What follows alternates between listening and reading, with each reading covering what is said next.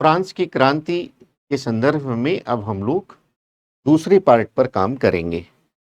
पहले पार्ट पर हम लोगों ने जो काम किया है उसमें फ्रांस की क्रांति से संबंधित जो सीधे-सीधे मुद्दे हैं, जैसे आपका टॉपिक था फ्रांस की क्रांति एवं परिणाम, उस पर हम लोगों ने काम किया है। फ्रांस की क्रांति में पुरातन व्यवस्था क्या है, क्रांति के कारण क्या हैं, दार्शनिकों की भूमिका क्या है, ऐसे प्रश्नों को लिया है।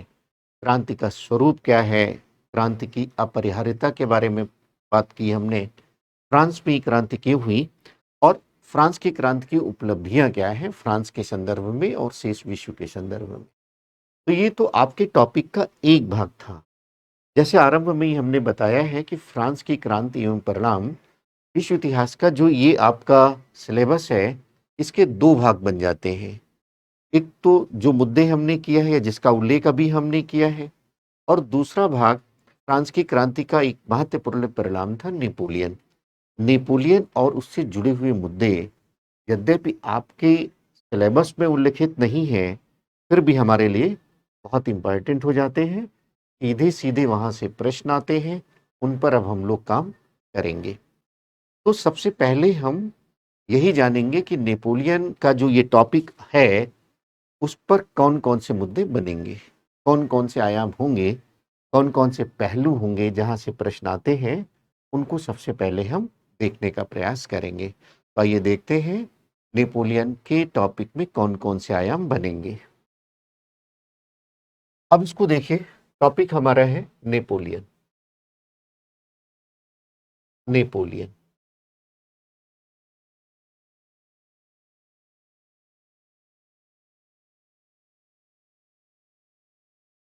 इसमें कौन कौन से टॉपिक बनने वाले हैं, कौन कौन से आयाम होंगे इस टॉपिक के, उनको हम देखेंगे। सबसे पहला जो टॉपिक हम लोग कवर करेंगे वो करेंगे राइज ऑफ नेपोलियन, नेपोलियन का उत्कर्ष। तो हेडिंग डालिए नेपोलियन का उत्कर्ष, तब उनको लिख लीजिए सारे हेडिंग्स को। राइज ऑफ नेपोलियन, इसमें हम देखेंगे कि नेपोलियन तो एक सामान्य परिवार से था, सामान्य कुलीन परिवार, यानी आप उसको गरीब तो ना कहें, लेकिन सामंतों में जो भी गरीब थे उनसे संबंध रखता था। इसके बाद भी वह कॉन्सुलेट की स्थापना करता है और फाइनली वह सम्राट बनता है। एक सामान्य व्यक्ति कैसे उसका राइज होता है, कैसे उत्कर्ष होता है, उस पर चर्चा करेंगे। कैसे सम्राट बनता है नेपोलियन, वो हमारा टॉपिक हो जाता है। दूसरा जो हमारा विषय हो जाता है नेपोलियन, नेपोलियन जब कॉन्सुलेट की स्थापना करता है, सम्राट बनता है, तो बहुत सारे सुधारों को लागू करता है। तो दूसरा विषय हमारा हो जाता है नेपोलियन के सुधार, नेपोलियंस रिफॉर्म्स।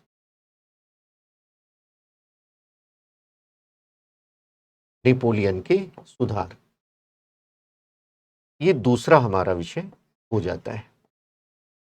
अब सुधार में जब हम लोग काम करेंगे तो इस पर अलग से हम लोग चर्चा करेंगे, इसके आयामों की, कौन कौन से सुधार करता है, तमाम आयामों की चर्चा हम करेंगे। उसके धार्मिक सुधार, उसके आर्थिक सुधार, उसके राजनीतिक सुधार एंड सो ऑन, वो उस समय हम लोग बातचीत करेंगे। अभी सिर्फ टॉपिक की बात करेंगे, किन किन टॉपिक पर हम लोगों को काम करना है। इसके बाद एक प्रश्न बनता है, नेपोलियन जैसे हमने आरंभ में ही कहा क्रांति का परिणाम है, तो इसको नेपोलियन को क्रांति पुत्र कहा जाता है। Napoleon as a son of revolution. तो क्रांति पुत्र कैसे, इसको समझने का प्रयास करेंगे। एक प्रश्न के रूप में पूछा जाता है, तो प्रश्न हमारा बनेगा नेपोलियन क्रांति पुत्र के रूप में। नेपोलियन क्रांति पुत्र के रूप में ये प्रश्न बनेगा। इसी के साथ एक और प्रश्न बनता है। कहा जाता है कि नेपोलियन ऐसा पुत्र था जो अपनी माता की हत्या स्वयं कर देता था, यानी वो डिस्ट्रॉयर के रूप में भी जाना जाता है, डिस्ट्रॉय कर देता है रिवॉल्यूशन को, ऐसा भी कहा जाता है। तो ये दोनों बिल्कुल एक दूसरे के विपरीत बात हुई। अगर वो क्रांति पुत्र है तो क्रांति हंता कैसे, इसको भी समझने की का प्रयास हम लोग करेंगे। ऐसे प्रश्नों के उत्तर में कौन कौन से बिंदु आएंगे उसको हम देखेंगे। यानी नेपोलियन नेपोलियन क्रांति हंता के रूप में एक ऐसा पुत्र है जो अपनी माता की हत्या स्वयं कर देता है, ऐसे प्रश्न पर हम लोग बातचीत करेंगे। इसके बाद हम ये बात करेंगे एज ए होल नेपोलियन ने क्या दिया है अपने कार्यों से, अपने विचारों से, अपने सुधारों से। यानी एक टॉपिक हमारा बन जाएगा नेपोलियन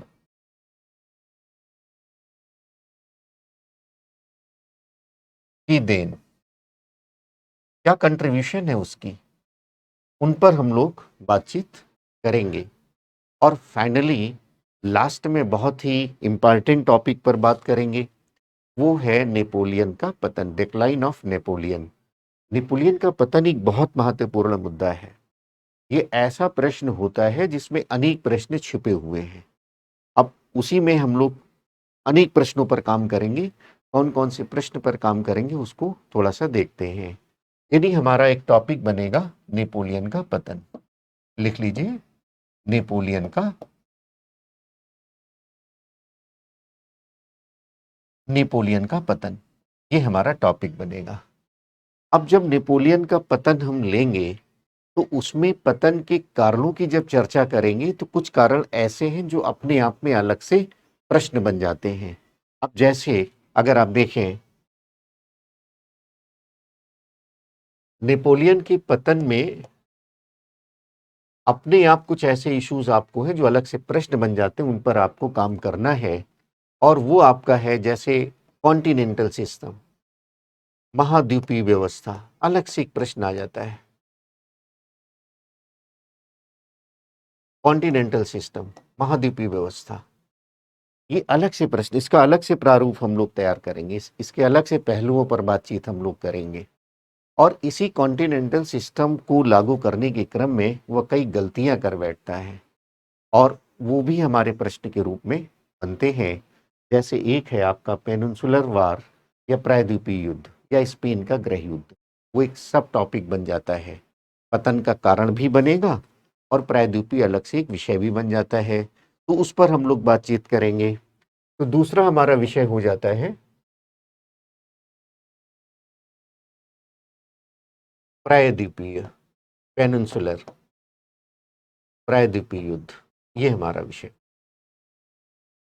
फ्रांस के तमाम कारणों को तो हम समझेंगे ही समझेंगे और उसमें से ये जो कारण है इनको विस्तार से समझने का प्रयास करेंगे। इसके अलावा इसको आपने स्पेन का गृह युद्ध भी कहते हैं, स्पेन का गृह युद्ध भी कहते हैं।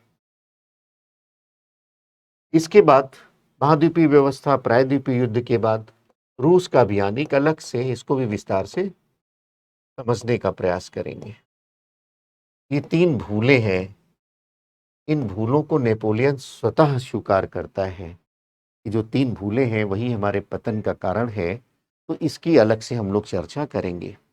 नेपोलियन जब पराजित हो जाता है 1814 में, फिर वह मुक्त होता है, फिर से वह फ्रांस पर अपना अधिकार जमाता है और फाइनली वह 1815 में वाटरलू के युद्ध में हार जाता है।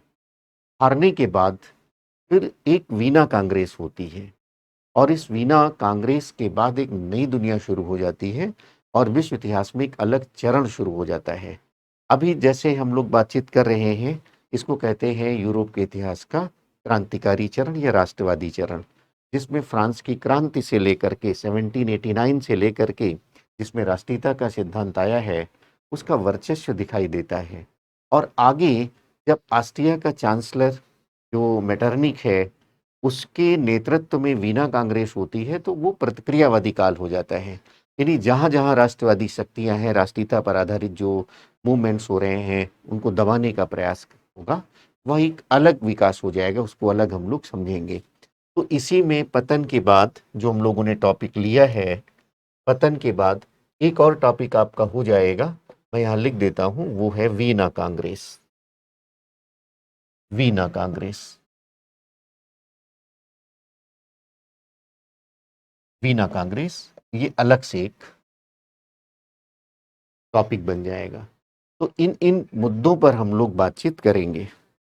अब सबसे पहले इनको सब आप नोट कर लीजिए, कोई छूटने ना पाए। अच्छी तैयारी के लिए सभी विषयों पर हमको विस्तार से कार्य करना होता है सफलता के लिए, कोई छूट ना पाए। अब एक-एक हम टॉपिक को लेंगे, उन पर हम विस्तार से बात करेंगे, उनके पहलुओं को जानने की कोशिश करेंगे, कौन-कौन से आयाम बनेंगे, कौन-कौन से पहलू बनेंगे, उस पर हम लोग बातचीत करेंगे। जैसे अब हेडिंग डालिए आप, नेपोलियन का उत्कर्ष, राइज ऑफ नेपोलियन। नेपोलियन का उत्कर्ष।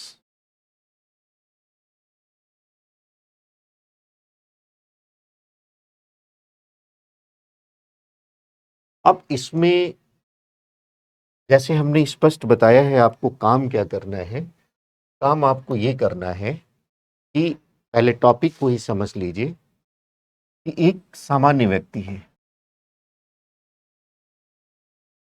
सामान्य व्यक्ति है नेपोलियन, और वो कैसे फ्रांस का सम्राट बन जाता है, ये कैसे बन जाता है, इस पर हम लोग बातचीत करेंगे। यही है आपका राइज ऑफ नेपोलियन। नेपोलियन का राइज कैसे हुआ। अब आरंभ से ही आप अगर कक्षाएं सुन रहे हैं, आपने लगातार देखा है कि जैसे किसी का उत्कर्ष है, कोई व्यक्तित्व है, व्यक्तित्व का निर्माण या किसी पद पर पहुंचना ये अचानक नहीं हो पाता, उसकी एक बैकग्राउंड होती है। कोई साम्राज्य का उत्थान है, कोई सभ्यता का उत्थान है, संस्कृति का विकास है, सभ्यता का विकास है, साम्राज्य का उदय है, ये साम्राज्य का पतन है, या कोई बहुत बड़ी घटना है, क्रांति है, युद्ध है, ये कभी अकस्मात नहीं होंगे। धीरे धीरे ही ग्रेजुअली वह राइज करता है, धीरे धीरे ही हमारे सामने आता है। आप हड़प्पा सभ्यता से लेकर के फ्रांस की क्रांति एंड सो ऑन, मगध का उदय, कहीं भी आप इसको इम्प्लीमेंट कर सकते हैं। मुगल काल का उत्थान कैसे हुआ, पतन कैसे हुआ, ये आपको थॉट रखना ही पड़ेगा अच्छे विचारों के लिए। सामान्य रूप से मेंस की लड़ाई विचारों की ही लड़ाई है। विचार कैसे होंगे, आपने कौन सा विचार माना है, कौन सा आपने लिखा है, उसी से आपके अंक निर्धारित होते हैं। तो यहाँ पर ये सामान्य व्यक्ति कैसे बनता है, इसमें हम उन कारकों की चर्चा करेंगे, वो कारण जानने का की कोशिश करेंगे जिसमें यह राइज होता है नेपोलियन का, या उत्कर्ष होता है। उन परिस्थितियों की बात करेंगे, उन परिस्थितियों की बात करेंगे, परिस्थितियां क्या हैं, उन परिस्थितियों की बात करेंगे जिनमें नेपोलियन का उत्कर्ष होता है, उनकी बात हम करेंगे। अब सबसे पहले हम ये चर्चा करेंगे, इसके आरंभिक जीवन की बात करेंगे। पहला जो पहलू आप समझ लीजिए, आरंभिक जीवन की बात करेंगे। आरंभिक जीवन,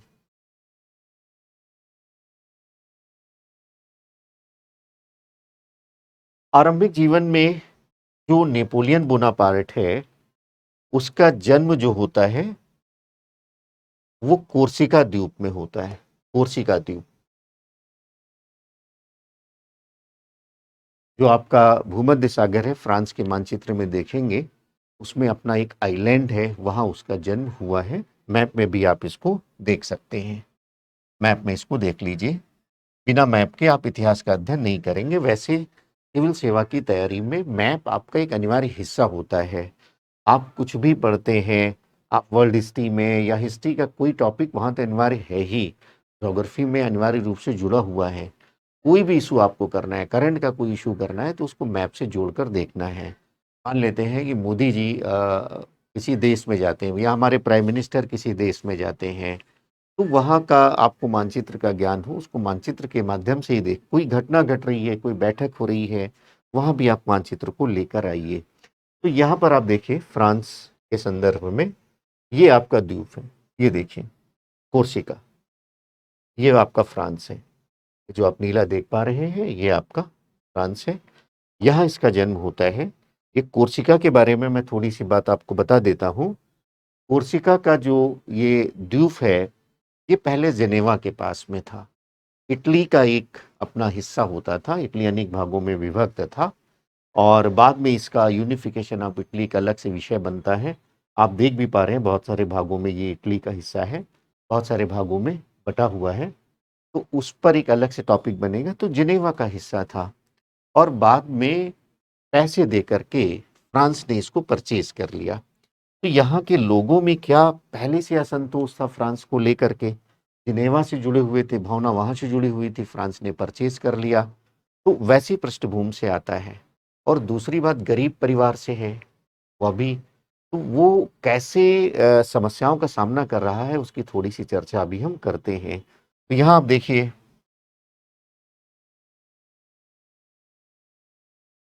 यहाँ देखिए आप, जहाँ पर हम बातचीत कर रहे हैं,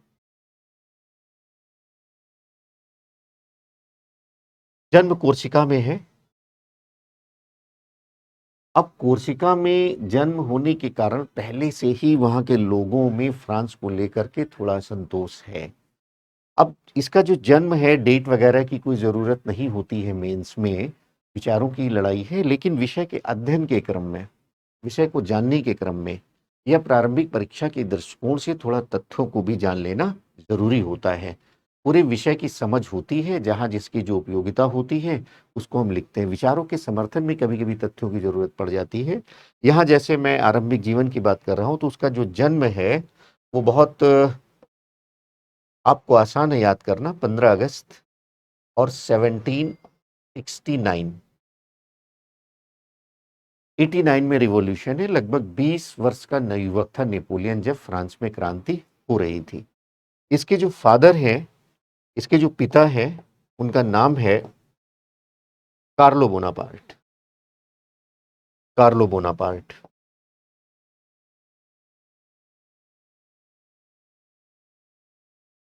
और ये जो नेपोलियन है, ये गरीब सामंत परिवार से, गरीब परिवार से हैं, गरीब सामंत यानी छोटे सामंत। पुरातन व्यवस्था में हमने आपको बताया है कि सामंत दो भाग में है, एक तो पहला स्टेट, दूसरा स्टेट, तीसरा स्टेट, इसकी चर्चा मैंने किया है।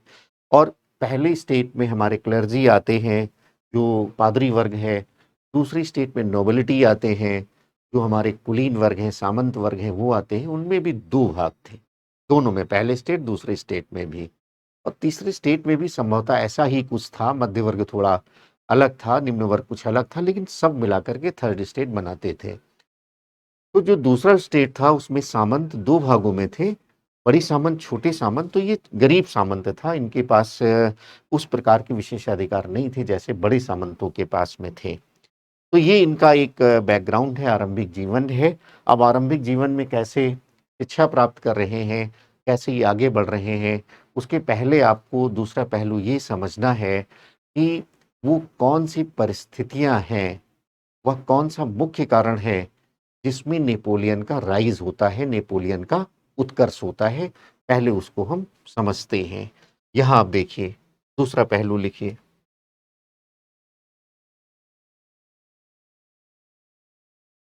वो परिस्थितियां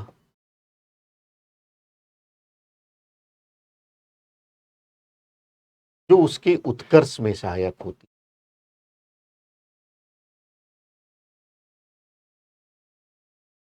और वो है फ्रांस की क्रांति का होना। फ्रांस की क्रांति का होना। अगर फ्रांस में क्रांति, कहते हैं कि अगर फ्रांस में क्रांति नहीं होती तो नेपोलियन का उत्कर्ष नहीं होता। तो एक प्रकार से इसीलिए उसको क्रांति पुत्र भी कहा जाता है कि फ्रांस की क्रांति के बाद जो एक नई व्यवस्था आई है, जिसमें मध्य वर्ग को बहुत महत्व मिल रहा है, छोटे जो पादरी हैं, छोटे जो सामंत हैं, सभी को बराबरी से जो महत्व दिया जा रहा है, अगर ऐसी व्यवस्था नहीं आती तो नेपोलियन का उत्कर्ष नहीं होता। तो ये जो परिस्थिति बन रही है, इसमें आपने देखा कि 1789 फ्रांस की क्रांति, और उसके पहले की जो व्यवस्था है वो पुरातन व्यवस्था है, समझना है थोड़ा सा। अब ये जो पुरातन व्यवस्था है ये असमानता पर आधारित है, यानी जो सामंत हैं, बड़ी सामंत हैं, बड़े पादरी हैं, उन्हीं को बड़े पद मिल रहे हैं। छोटे सामंत, छोटे पादरी और मध्य वर्ग के लोग, निम्न वर्ग के लोग कोई आशा ही नहीं कर सकते, कोई संभावना है ही नहीं अगर ये क्रांति की पहली की व्यवस्था होती, नेपोलियन चूंकि गरीब परिवार से था, उसके उत्कर्ष की कहीं कोई बात ही नहीं थी। कोई पद इन लोगों को प्राप्त हो ही नहीं रहे थे। तो ये जो असमानता पर आधारित है, विशेषाधिकार पर आधारित है व्यवस्था, विशेषाधिकार पर आधारित है, जन्म पर आधारित है। जन्म आप कहाँ लेते हैं, उस हिसाब से आपको पद मिलेंगे। तो ये व्यवस्था आगे, ये जो जन्म की व्यवस्था है, ये समाप्त हो जाती है।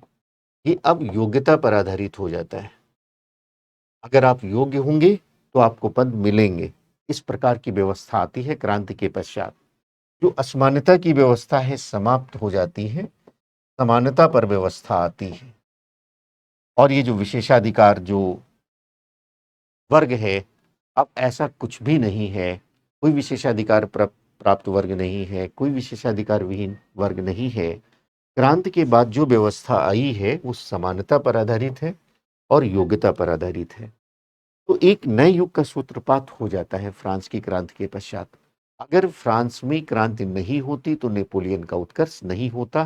तो आरंभिक परिचय के बाद आप यह भी बताइए कि जो सहायक परिस्थिति है वो फ्रांस में क्रांति का संपादित होना।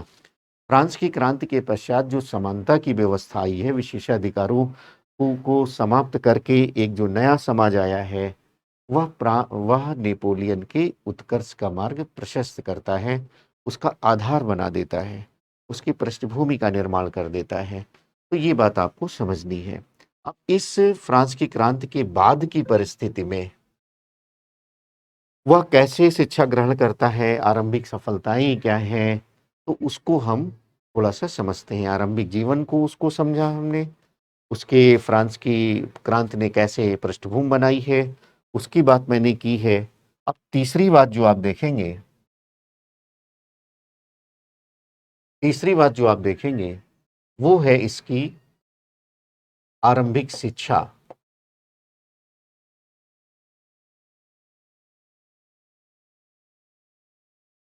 अब नेपोलियन के फादर गरीब सामंत थे, लेकिन कैसे भी उन्होंने प्रयास करके नेपोलियन को सैनिक स्कूल में दाखिला दिलवा दिया। सैनिक स्कूल में शिक्षा जो है इनकी शुरू हो जाती है, सैनिक स्कूल में शिक्षा। अब यहाँ भी नेपोलियन को समस्याएं आ रही हैं। एक तो कोर्सिका का रहने वाला है, उसके अंदर पहले से ही जो फ्रांस के लोग हैं, कुलीन लोग हैं, उनके प्रति बहुत अच्छी भावनाएं नहीं है पहले से। दूसरी बात ये है कि उसकी जो लैंग्वेज है, अब वो उस प्रकार का प्रोनाउंसिएशन नहीं है, उस प्रकार का उच्चारण नहीं है जो फ्रांस के अन्य लोगों का है। तो वहाँ पर जब वो स्कूल में रहता है, तो स्कूल में जो उसके साथी हैं सामान्य रूप से बड़े सामंतों के बच्चे हैं। अब बड़े सामंतों के बच्चे हैं तो इसका मजाक उड़ाते हैं इसकी जबान को लेकर के। दूसरी ओर बड़े जो सामंत के बच्चे हैं वो उस प्रकार के कर्मठ नहीं है, उस प्रकार से उनके अंदर कार्य करने की का जज्बा नहीं रहता है, नहीं था जो नेपोलियन में था। आप अपने सिविल सर्विसेज में ही देखिए, सामान्य रूप से देखा जाता है। दिल्ली में मैं इतने वर्षों से रह रहा हूँ, 25 ईयर्स से ज़्यादा समय हमें हो गया है, लेकिन मैंने देखा है कि जो कॉन्वेंट एजुकेटेड बच्चे हैं, नो डाउट बहुत अपना योग्य होते हैं, उनके व्यक्तित्व में तमाम प्रकार के विकास हो जाते हैं। लेकिन जो मेहनत करने का जज्बा हमने देखा है, जो गांव से बच्चे आते हैं, जो मिडिल क्लास के बच्चे आते हैं, उनमें जो मेहनत करने का जज्बा होता है वो उनमें कहीं ज़्यादा होता है, कहीं ज़्यादा होता है। अब उसमें अपनी रिसर्च की ज़रूरत है, यहाँ बहुत विस्तार से हम बातचीत नहीं करेंगे। तो कुछ वैसा ही नेपोलियन के साथ था, बहुत मेहनत करता था शिक्षा में, लेकिन फिर भी तो कभी कभी वह बहुत परेशान हो जाता था, और ये परेशानी वो अपने फादर से भी कहता है। इतिहासकारों ने ऐसा लिखा हुआ है कि कभी कभी उसका मन इतना परेशान हो जाता था कि वह इधर उधर की बातें भी सोचने लगता था, नकारात्मक बात भी सोचने लगता था। इस प्रकार की दृष्टिकोण उसका था। तो आरंभिक जीवन में वो जो शिक्षा वगैरह प्राप्त कर लेता है, जब सैनिक स्कूल से शिक्षा प्राप्त करता है, फिर वह सैनिक के रूप में भर्ती हो जाता है, यानी सैनिक के जीवन से अपना जीवन शुरू करता है।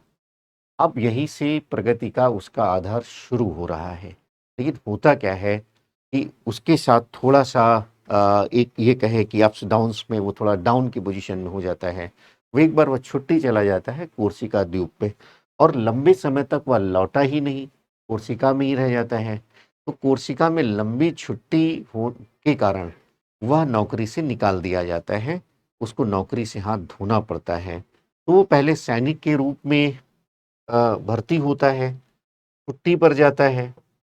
पॉइंट आप लेक्चर का ऐसे ही आप अपने नोटबुक में बना लेंगे कि जैसे ही नोटबुक आप खोलें पूरा लेक्चर आपको याद आ जाए और सरल सहज भाषा में आप उसको या अपनी भाषा में उन सब बातों को विस्तार से लिख लेंगे। छुट्टी पर वो जाता है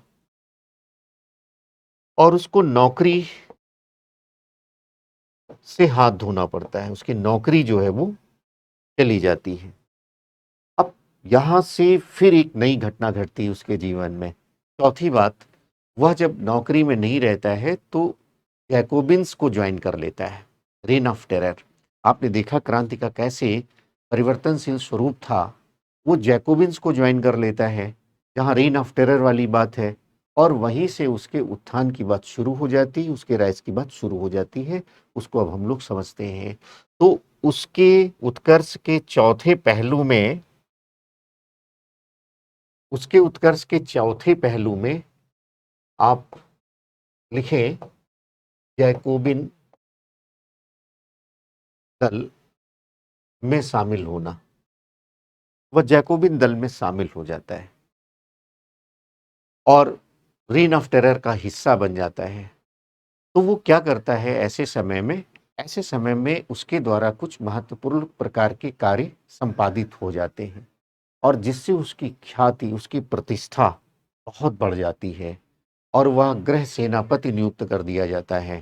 तो यहाँ पर हम ये जानेंगे कि रेन ऑफ टेरर के समय में, आतंक के राज्य के समय में, जब वह जैकोबिन दल में शामिल हो जाता है तो आतंक के राज्य के समय में वह कौन सी उपलब्धियां अर्जित करता है, वह कौन से कार्य करता है, कौन सी उपलब्धियां अर्जित करता है, जिससे उसकी ख्याति बहुत बढ़ जाती है। इसको हम समझने का प्रयास करेंगे। अब जब जैकोबिन का शासन होता है तो वहां पर एक बहुत महत्वपूर्ण कार्य वो करता है। दक्षिणी फ्रांस में एक बंदरगाह था, नाम था उसका टूलो। यहाँ के नागरिकों ने विद्रोह कर दिया था। रेन ऑफ टेरर का जो शासन था, वहाँ जो उसमें निम्न वर्ग का प्रभाव था, उनसे असंतुष्ट होकर के यहाँ के नागरिकों ने विद्रोह कर दिया था। नेपोलियन क्या करता है कि इनका दमन करता है, टूलो के निवासियों का दमन करता है।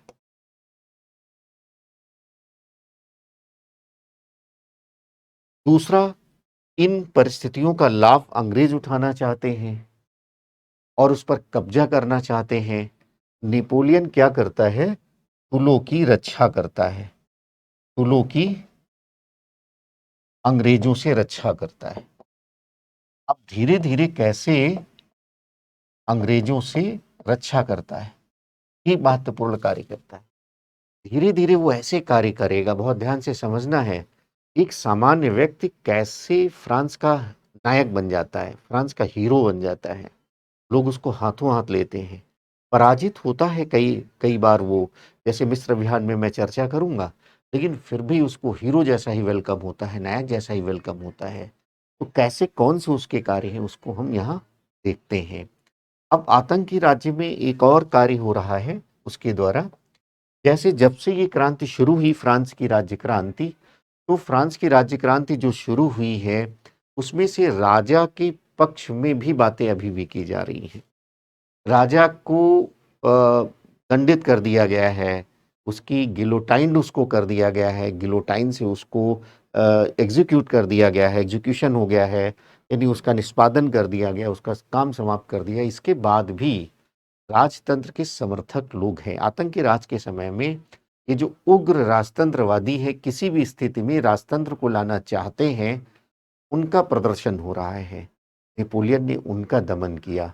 तो उग्र राजतंत्रवादियों का पेरिस में वह दमन करता है। इस समय पेरिस में उग्र राजतंत्रवादियों का, सब पॉइंट नोट कर लीजिए, राजतंत्रवादियों का दमन करता है। और चौथा, वह पेरिस में ही उस समय कुछ ऐसे लोग हैं जिन पर रूसों का प्रभाव बहुत ज़्यादा है। हमने आपसे चर्चा किया है कि रूसो कैसे जनतंत्र की बात करता है, जनरल विल की बात करता है, पॉपुलर सॉवरेंटी की बात करता है। कहता है कि जनता की इच्छा के आधार पर ही राज्य का नियमन होना चाहिए। वह इस प्रकार की बात करता है। तो पेरिस में जो उग्र प्रजातंत्रवादी हैं, जो प्रजातंत्र लाना चाहते हैं और उसको पूर्ण रूप से प्रजातांत्रिक सिद्धांतों का पालन हो रहा है, लेकिन पूर्ण रूप से अभी स्थापित नहीं हुआ है, तो उनका भी वह दमन करता है। वह उग्र प्रजातंत्रवादियों की भीड़ का दमन करता है। प्रजातंत्रवादियों का दमन। अब इन कार्यों से रेन ऑफ टेरर के समय में ये जो कार्य है, जो आप देखा है आपने, इससे उसकी ख्याति बहुत बढ़ जाती, पॉपुलैरिटी बहुत बढ़ जाती है, पॉपुलर हो जाता है। टूलों की रक्षा किया, अंग्रेजों से उसने रक्षा किया और उसकी प्रतिष्ठा बहुत बढ़ जाती है।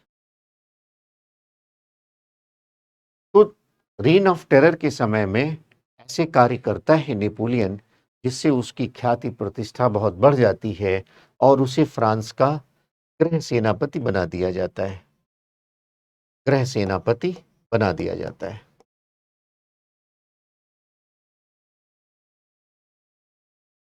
तो ये एक महत्वपूर्ण चरण है उसके उत्कर्ष का। आगे आप देखिए कि पांचवा पहलू देखिए, जैकोबिन के बाद डायरेक्टरी का शासन आता है। डायरेक्टरी का शासन, और डायरेक्टरी के शासन में भी वह कुछ कार्य ऐसा करता है, इसकी लोकप्रियता लगातार बढ़ती चली जा रही है। अब डायरेक्टर्स जो हैं वो नेपोलियन की नियुक्त करते हैं, गृह सेनापति हो गया है, ऑस्ट्रिया अभियान के लिए उसकी नियुक्त करते हैं, ऑस्ट्रिया। और यहां पर नेपोलियन को सफलता प्राप्त होती। अब उसकी जो ख्याति है, प्रतिष्ठा है, धीरे धीरे फ्रांस में बहुत ज्यादा बढ़ती चली जा रही है। कैसे सामान्य व्यक्ति हीरो बनता है, कोई भी व्यक्ति है, कोई भी। अब जैसे सिविल सर्विसेज में आप जब सफल हो रहे हैं, तो हर एक सफल व्यक्ति की कहानी को आप देखिए। कैसे सामान्य लड़का, कैसे वो अपना एकेडमिक्स करता है, 10th 12th करता है, ग्रेजुएशन करता है, कैसे धीरे धीरे वह प्रारंभिक परीक्षा करता है, मेंस करता है, फिर एक दिन वह सितारों की तरह चमकता है, यानी नायक बन जाता है। Every civil servant is a hero. सभी हीरो हैं, सभी नायक हैं, और वो धीरे धीरे उनका अपना विकास होता है। तो ऐसे एक नायक की कहानी, विश्व इतिहास के एक नायक की कहानी को हम देख रहे हैं कि कैसे वह एक सामान्य व्यक्ति से नायक बनता है, उसकी बातचीत हम लोग कर रहे हैं। ऑस्ट्रिया अभियान में सफलता प्राप्त हो रही है। फिर उसके बाद वह इटली का अभियान करता है। इटली का अभियान करता है। इटली का अभियान, वहां उसको सफलता प्राप्त होती है। तो इन सफलताओं से जो डायरेक्टर्स है, डायरेक्टरी के शासन में जो डायरेक्टर्स हैं, वो घबरा जाते हैं कि इतनी ज़्यादा उसकी पॉपुलैरिटी है, कहीं नेपोलियन आकर के हमारी सत्ता को ना उखाड़ दे। अब उनको चिंता होने लगती है। इन अभियानों के बाद इन अभियानों के बाद उसको एक नया लक्ष्य दे देते हैं। उस समय इंग्लैंड से प्रतिस्पर्धा चल रही थी फ्रांस की लगातार। इंग्लैंड को हराना बहुत मुश्किल था। उन्होंने एक लक्ष्य दे दिया इंग्लैंड को हराने का।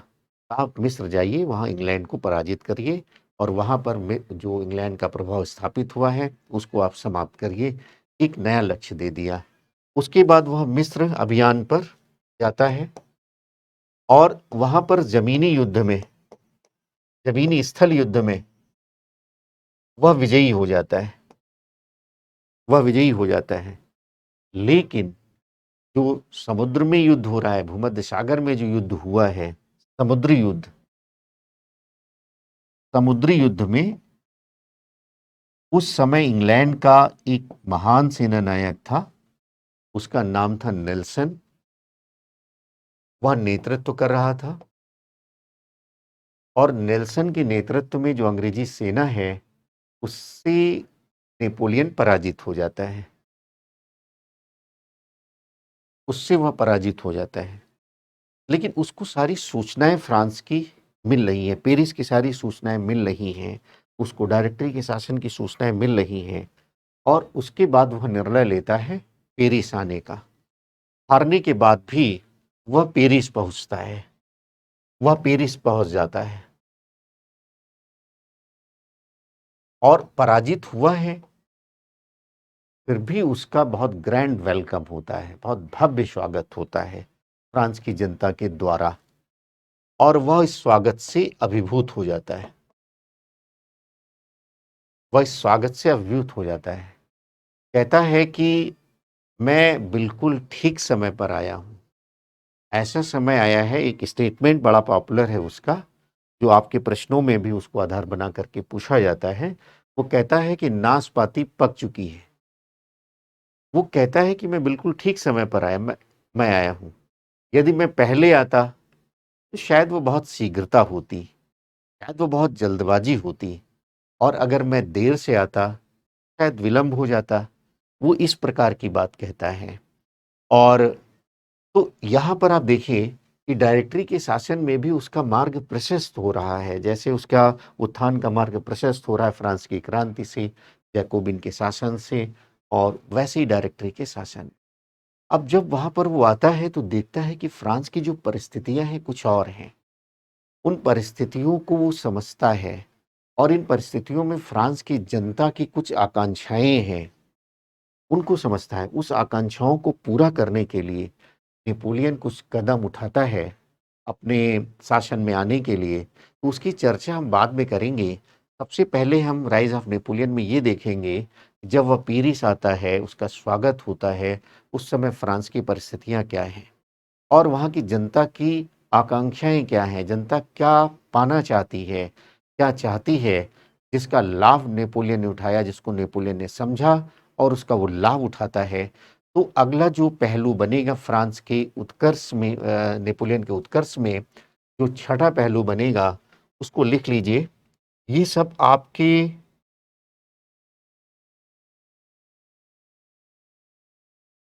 आपका जो उत्तर लेखन होगा उसके सब छोटे छोटे पॉइंट्स बन जाएंगे, पॉइंट्स बन जाएंगे आपके सब। अब ये जो छठा है आपका, ये इसमें देखिए फ्रांस की परिस्थितियां, फ्रांस की परिस्थितियां, उनकी बात हम लोग करेंगे। फ्रांस की परिस्थिति, अब फ्रांस की परिस्थितियां क्या हैं उसको थोड़ा सा देखिए। फ्रांस की क्रांति हुई और कैसे 1789 में कैसे states general, national assembly, rain of terror, directory का शासन, तो बहुत अस्त व्यस्तता है। फ्रांस में एक परिवर्तनशील स्थिति बनी हुई है जिससे लोग असंतुष्ट हैं। तो पहली तो परिस्थिति यही है कि क्रांति की परिवर्तनशीलता, परिवर्तनशीलता लगातार शासन बदल रहा है और उससे लोग असंतुष्ट हैं, उससे लोग नाराज हैं। दूसरा जो वहां पर है, जो डायरेक्टरी का शासन है, डायरेक्टरी का जो शासन है वो करप्ट है और उतना वो इफिशिएंट नहीं है, उतना वो कुशल नहीं है। यानी डायरेक्टरी का जो शासन है वो अकुशल है और भ्रष्ट है, जिससे वहां क्या है, एक सामाजिक आर्थिक समस्याएं बहुत ज्यादा हैं, महंगाई बहुत ज्यादा है और बेरोजगारी की समस्या बहुत ज्यादा है। तो ये जो बेरोजगारी है, महंगाई है, ये समस्याएं बहुत ज्यादा हैं, लोग पूरी तरह से असंतुष्ट हैं। एक और बात हो रही है डायरेक्टरी के समय में, इनकी प्रसारवादी नीति, इनकी प्रसारवादी नीति, लगातार युद्ध कर रहे हैं। यानी एक आप ऐसा कह सकते हैं अदूरदर्शी, अदूरदर्शी विदेश नीति, अदूरदर्शी विदेश नीति।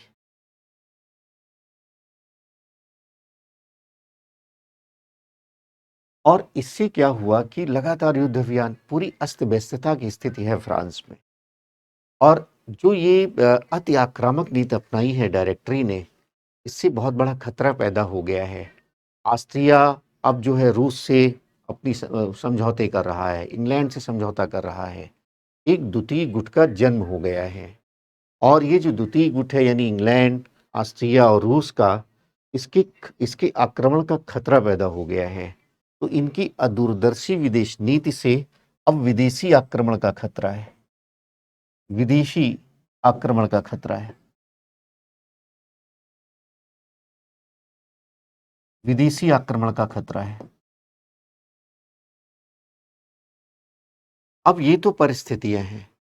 ये जो परिस्थितियां हैं, इस फ्रांस की जनता बहुत ही परेशान है, सशंकित है, आशंकित है कि कहीं विदेशी आक्रमण ना हो जाए, महंगाई से परेशान है, भ्रष्टाचार से परेशान है और लगातार क्रांति जो परिवर्तित हो रही है, लगातार क्रांति में जो परिवर्तनशीलता आ रही है, उससे भी वह असंतुष्ट है। अब फ्रांस की जनता जो है, उसकी अपनी कुछ आकांक्षाएं हैं इन परिस्थितियों में। उसकी आकांक्षाएं क्या हैं? वो क्या पाना चाहती है फ्रांस की जनता? अब फ्रांस की जनता सबसे पहले तो यही चाहती है कि एक स्थिरता, एक कोई ऐसा शासन आ जाए जिस परिवर्तनशील स्वरूप को समाप्त कर दे, एक स्थिर शासन हो जाए, एक अच्छी व्यवस्था हो जाए। और दूसरा ये है कि फ्रांस में क्रांति के पश्चात जो व्यवस्था आई है वो बनी रहे। ऐसा ना हो कि पहले जैसी व्यवस्था आ जाए या अन्य कोई राजतंत्रात्मक व्यवस्था आ जाए, ऐसा ना हो। यानी वो क्रांति की स्थिरता, संस्थाओं की स्थिरता चाहते हैं और एक जो क्रांति के पश्चात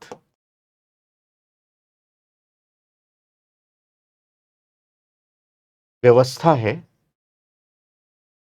उसको बनाए रखना चाहते हैं और ऐसा व्यक्तित्व चाहते हैं जो डायरेक्टरी का अकुशल शासन है, डायरेक्टरी का जो अकुशल शासन है, अभी हमने बताया भ्रष्ट शासन है, उससे कोई बचाए उनको, उससे कोई समाप्त करे, ऐसा उनकी मनोविज्ञान है, ऐसा चाहते हैं। चौथा, जो विदेशी आक्रमण है, विदेशी जो आक्रमण है और उस आक्रमण का जो खतरा है, अभी हमने बताया एक द्वितीय गुट बन चुका है। तो विदेशी आक्रमण का जो खतरा है, जिसमें कि आपका इंग्लैंड है, रूस है, ऑस्ट्रिया है, मिल करके ऐसी स्थितियां बन रही है, तो उस खतरे से बचाए, ये विदेशी आक्रमण से रक्षा कर सके। एक ऐसा ऐसा व्यवस्था, ऐसा शासन, ऐसा व्यक्तित्व चाहते हैं। नेपोलियन फ्रांस की जनता एक तो परिस्थितियों को समझ रहा है, वो आया है वहां से, और उसके बाद फ्रांस की जनता की इन आकांक्षाओं को समझता है और इस आकांक्षाओं को समझने के बाद वो करता क्या है कि फ्रांस में जो डायरेक्टरी का शासन है, जो डायरेक्टरी का शासन है,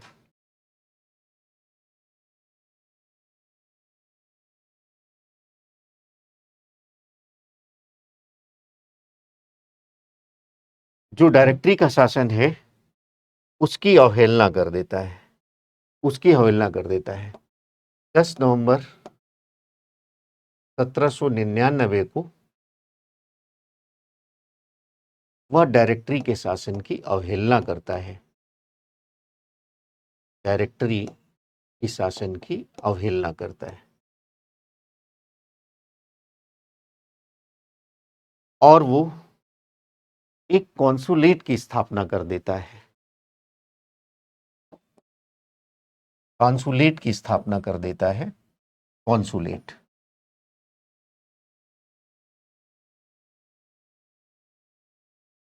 कॉन्सुलेट की स्थापना में 3 कौंसल बनते हैं और उसमें वह अपने को पहला कौंसल घोषित कर देता है, प्रथम कौंसल घोषित कर देता है। और उसके बाद धीरे-धीरे वो क्या करता है, रिफॉर्म्स वगैरह करता है, ऐसी परिस्थितियों का निर्माण करता है और अंततः वह 1804 में स्वयं को इम्परर, सम्राट घोषित कर देता है। फ्रांस का सम्राट स्वयं को घोषित कर देता है तो ये पूरा का पूरा टॉपिक आपका है राइज ऑफ नेपोलियन में, नेपोलियन के उत्कर्ष में, नेपोलियन कैसे एक सामान्य व्यक्ति से कैसे फ्रांस का सम्राट बनता है, कौन कौन सी जो परिस्थितियां हैं उनको आप देख रहे हैं, सारा उनको आप नोट कर लीजिए, सारा उनको आप नोट करेंगे राइज ऑफ नेपोलियन में। उसका मतलब क्या है, उसका आरंभिक जीवन कैसे हुआ है, आगे पूरा पॉइंट आप नोट करेंगे। कौन सी परिस्थितियां हैं, फ्रांस की क्रांति वाली परिस्थिति, और उसके बाद कैसे जैकोबिन के शासन में, कैसे डायरेक्टरी के शासन में वो कार्य कर रहा है, कैसे उसकी ख्याति बढ़ रही है, प्रतिष्ठा बढ़ रही है, एक नायक के रूप में कैसे उभर रहा है। उसके बाद वो फ्रांस की परिस्थितियों को समझता है, फ्रांस की जनता की आकांक्षाओं को समझता है, उनकी ज़रूरतों को समझता है, और डायरेक्टरी की शासन की अवहेलना करता है, सेना की मदद से वो शासन सत्ता पर अधिकार कर लेता है, और 1804 में वह फ्रांस का सम्राट स्वयं को घोषित कर देता है। नेपोलियन के उत्कर्ष के बाद अब हम लोग नेपोलियन के द्वारा किए गए कार्यों को, उसके द्वारा किए गए सुधारों का अध्ययन करेंगे। जैसे आरंभ में ही हमने आपको बताया है कि पहला जो पहलू हमारा बना है नेपोलियन का उत्कर्ष, टॉपिक जो बन जाता है नेपोलियन के अंतर्गत, और दूसरा टॉपिक हमारा हो जाता है नेपोलियन की सुधार। तो नेपोलियन की सुधार का अध्ययन के क्रम में हम आपसे किन किन बिंदुओं पर बात करेंगे, पहले उसकी चर्चा हम कर लेते हैं। तो आइए शुरू करते हैं नेपोलियन की सुधार। नेपोलियन की सुधार।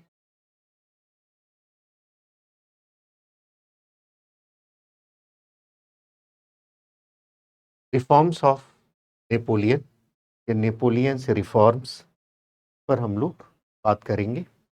सबसे पहले तो हम ये जानेंगे कि नेपोलियन ने जो ये रिफॉर्म किया है उसके ऑब्जेक्टिव्स क्या हैं, उसके उद्देश्य क्या हैं, वो क्यों सुधार करता है। सबसे पहले हम उसी की बातचीत करेंगे। तो उसके उद्देश्य क्या हैं उस पर बात करेंगे, ऑब्जेक्टिव्स पर बात करेंगे, और फिर उसके बाद हम लोग ये बात करेंगे कि नेपोलियन ने जो ये सुधार किया है वो किन सिद्धांतों पर किया है, उसका आधार क्या है। यानी एक प्रकार से हम लोग जो सुधार है उसके सैद्धांतिक आधारों की बात करेंगे, कौन से प्रिंसिपल्स हैं उन पर बात करेंगे जिनके आधार पर नेपोलियन ने सुधार किया है। तो सुधारों के आधार बिंदु क्या है, सुधारों के आधार क्या है, और ये आधार आधार का मतलब क्या है, प्रिंसिपल्स, सैद्धांतिक आधार क्या है, सैद्धांतिक आधार क्या है, उनकी बातचीत हम लोग करेंगे। और फिर उसके बाद हम लोग सुधारों की बात करेंगे,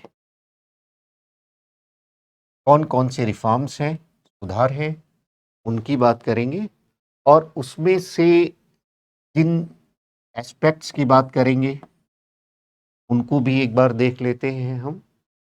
राजनीतिक सुधार की बात करेंगे, राजनीतिक सुधार की बात करेंगे,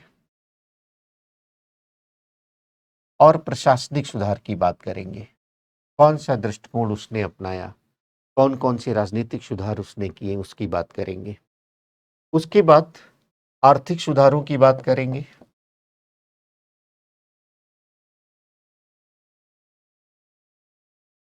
धार्मिक सुधार की बात करेंगे, रिलीजियस रिफॉर्म्स की बात करेंगे।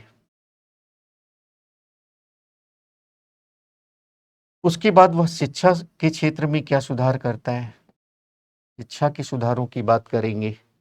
कानूनी न्याय संबंधी क्या सुधार करता है,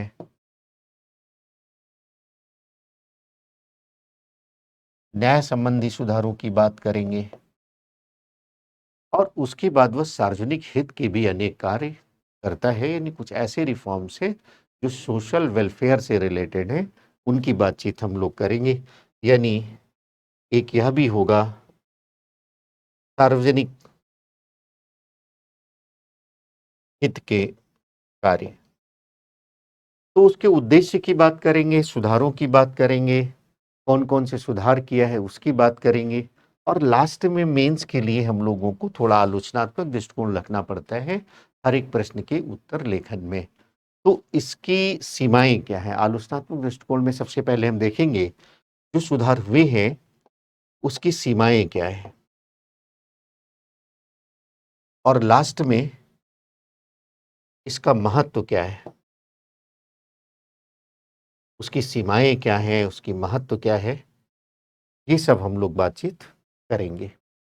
तो एक-एक बिंदु पर बातचीत करेंगे, ये एक प्रकार से आपकी फ्रेमिंग भी हो जाती है।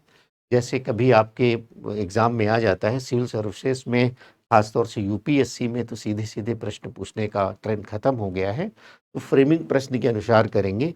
अब जैसे नेपोलियन के सुधारों पर कोई सीधा-सा प्रश्न आ जाता है, तो एक प्रकार से आपका उत्तर प्रारूप बन जाता है। क्या उद्देश्य हैं? क्या आधार है? किन आधारों पर सुधार होते हैं? कौन-कौन से आधार हैं, बाद में सीमाएँ क्या हैं, महत्व क्या है? तो ये आपका एक प्रकार से उत्तर प्रारूप भी बन जाता है। और हर एक टॉपिक में सामान्य रूप से हम जब पहलुओं की बात करते हैं, तो आप फ़ौरन समझ जाइए, जैसे एक सब टॉपिक हमने लिया, मान लेते हैं मनसबदारी व्यवस्था पर बात कर रहे हैं। कौन-कौन से पहलू पर बात करना है, तो आप समझिए, ये सब हमारे पैराग्राफ बनने वाले हैं, किसी न किसी प्रारूप में। अगर वो सीधा आएगा प्रश्न, तो सीधे तरीके से वही पूरी क्लास को ही लिख दीजिए। और अगर प्रश्न में चेंजेस हो रहे हैं तो अपने उत्तर प्रारूप में भी हम चेंज करेंगे। तो यहाँ पर सबसे पहले उद्देश्य की बात करते हैं, क्या उद्देश्य है? उसकी चर्चा करते हैं। ऑब्जेक्टिव्स क्या है सुधार के? उद्देश्य क्या है? उसकी बात हम अब पहला उद्देश्य तो यही है कि जब वह कॉन्सुलेट की स्थापना करता है, जब वह सम्राट बनता है उस समय की स्थितियों को देखिए, डायरेक्टरी के समय की स्थितियों को देखिए।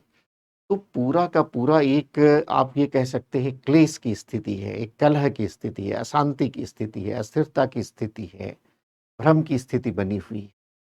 तो वह जो गृह कलह है, आपस में जो मतभेद हैं, लड़ाइयाँ हैं, गृह कलह, की समाप्ति करना चाहता। सबसे पहला काम तो वो यही करना चाहता है कि जो ये अशांति है, वो समाप्त हो। दूसरा, वो फ्रांस को स्थिर बनाने का दृष्टिकोण रखता है कि क्रांति के पश्चात जो व्यवस्था आई है, जो नवीन व्यवस्था आई है, नवीन संगठन आए हैं, उनको बनाए रखना। यानी एक प्रकार से वह फ्रांस की स्थिरता बनाए रखना चाहता।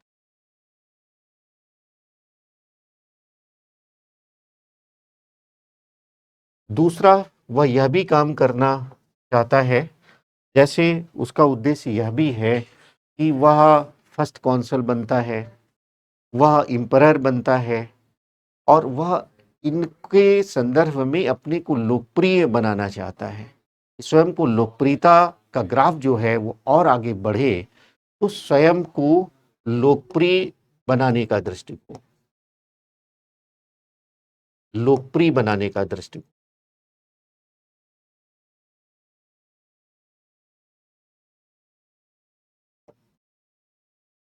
तो सामान्य रूप से यही उसके ऑब्जेक्टिव्स है कि जो अशांति की स्थिति है, गृह कलह की स्थिति है, उसको समाप्त करना। फ्रांस में जो क्रांति आई है, जो नए संगठन बने हैं, उनको बनाए रखना, यानी फ्रांस को स्थिर बनाए रखना।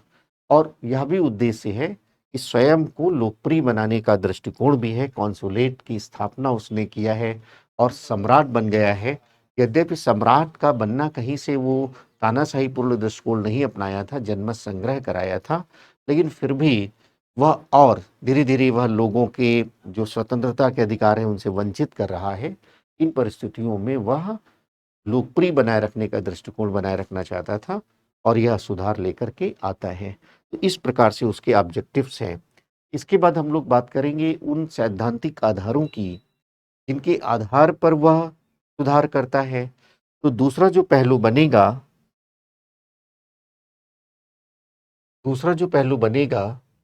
वो सैद्धांतिक आधार का बनेगा। सैद्धांतिक आधार, कौन-कौन से सैद्धांतिक आधार हैं, जिनके आधार पर वह सुधार करता है। तो पहला जो बिंदु आपका बनेगा वो है समानता का सिद्धांत। समानता का सिद्धांत सैद्धांतिक आधार में, यानी वह समानता के सिद्धांत को लागू करना चाहता था, समानता पर आधारित व्यवस्था लाना चाहता था। उसका मानना भी था कि फ्रांस की जनता स्वतंत्रता पर उतना बल नहीं देती है, वह समानता पर ज्यादा बल देती है। और यही फ्रांस की क्रांति जब शुरू हुई थी, हमने आपसे बताया है कि जो मध्य वर्ग है, जब उनको समानता पर आधारित व्यवस्था नहीं मिली, समानता के आधार पर अधिकार नहीं मिले, विशेषाधिकार नहीं मिले, तो वो उठ खड़े होते हैं और समानता, स्वतंत्रता, बंधुत्व का नारा दे देते हैं। तो समानता का सिद्धांत। दूसरा, वह सुधारों में जिस दृष्टिकोण को अपनाता है, जिस सिद्धांत को अपनाता है, वो निरंकुशता का दृष्टिकोण है। निरंकुशता का दृष्टिकोण,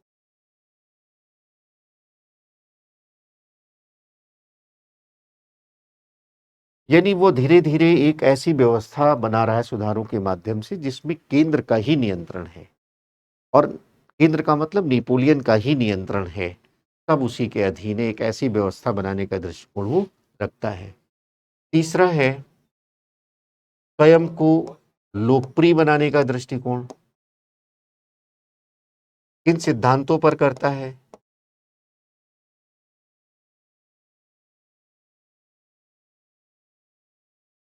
और चौथा जो सैद्धांतिक आधार है, वो उसके अपने पूर्वाग्रह हैं, व्यक्तिगत पूर्वाग्रह हैं।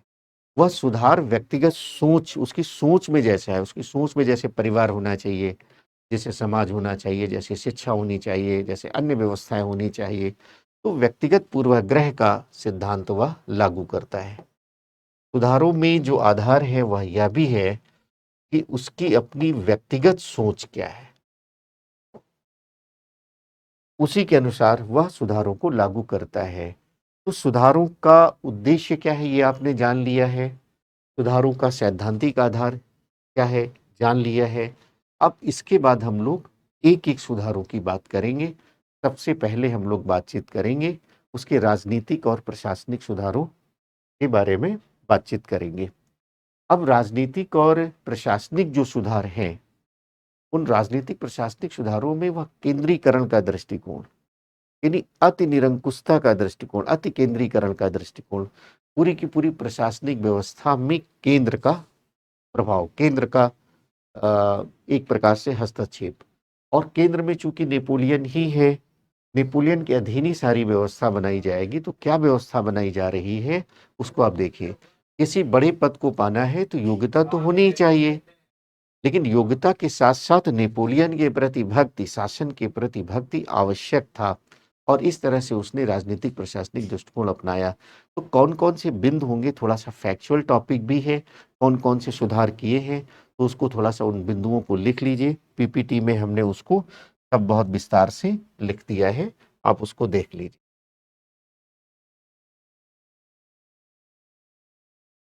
जैसे राजनीतिक सुधारों में वह अति केंद्रीकरण का सिद्धांत लागू करता है। हमने पहले से ही आपको बताया है कि अति निरंकुशता और अति केंद्रीकरण का दृष्टिकोण वह लागू करता है। पद तभी आपको मिलेंगे जब आप शासन के प्रति योग्य होने के साथ साथ नेपोलियन के प्रति भक्ति भाव रखते हैं, श्रद्धा का भाव रखते हैं, तभी आपको मिलेगा। जनता के अधिकारों को जनता के अधिकारों को वो थोड़ा सीमित कर देता है राजनीतिक प्रशासनिक अधिकारों के अंतर्गत। वह स्वतंत्रता का हरण करता है। और यहीं पर आप देखें कि बाद में उसको, चूंकि स्वतंत्रता क्रांति का मुख्य सिद्धांत था, स्वतंत्रता, समानता, बंधुत्व, लिबर्टी नारे में था, लेकिन धीरे धीरे वो क्या करता है कि जनता की स्वतंत्रता के अधिकारों का हरण कर लेता है। वो कहता है जनता ने एक बार सम्राट बना दिया है, अब जनता की कोई आवश्यकता नहीं, सारा कार्य मेरा है। वो इस प्रकार का दृष्टिकोण लगता है, तो वो जनता के अधिकार सीमित कर देता है।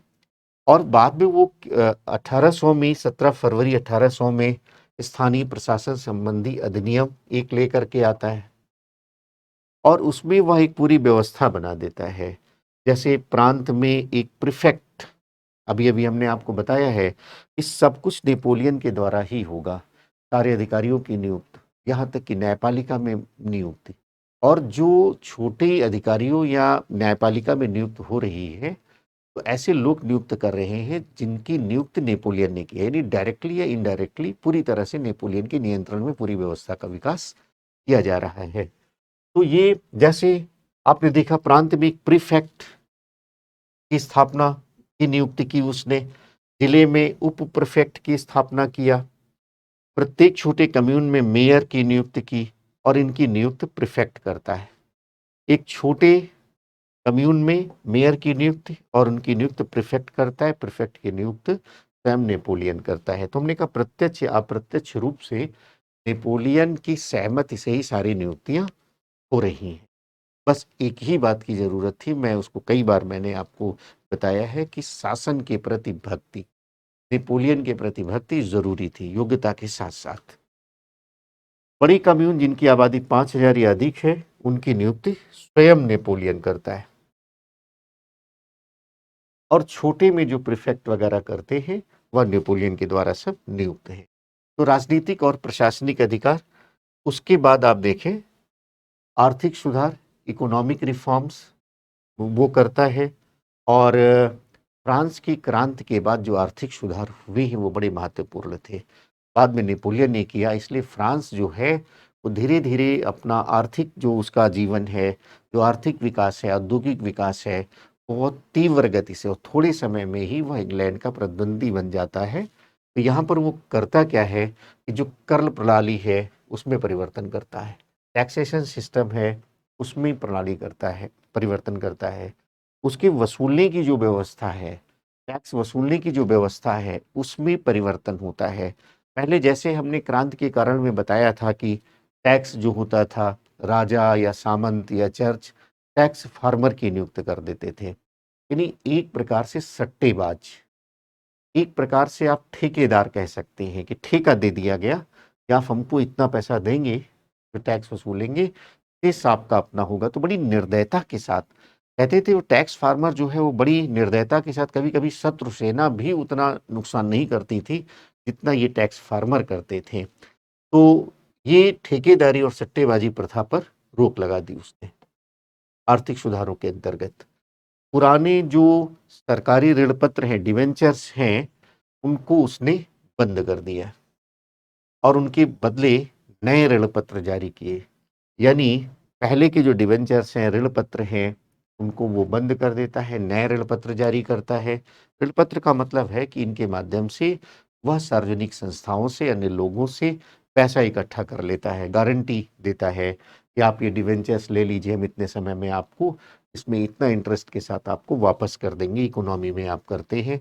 वह बैंक ऑफ फ्रांस की स्थापना करता है 1800 ईस्वी में, 1800 ईस्वी में बैंक ऑफ फ्रांस की स्थापना करता है, जो नोटों को जारी करने की अपना एक अलग से सिस्टम, अलग से प्रणाली का विकास करता है। इसके साथ साथ वह व्यापारिक विकास हेतु चैम्बर ऑफ कॉमर्स, सारा पॉइंट नोट कर लेना, एक्चुअल है, थोड़ा आपको याद करना होगा सुधारों में कौन कौन सा सुधार है, उनको आपको तैयार करना है। तो चैम्बर ऑफ कॉमर्स का वो गठन करता है। इसके अलावा वह उद्योग धंधों एवं व्यापार की उन्नति के लिए सरकारी सहायता देता है।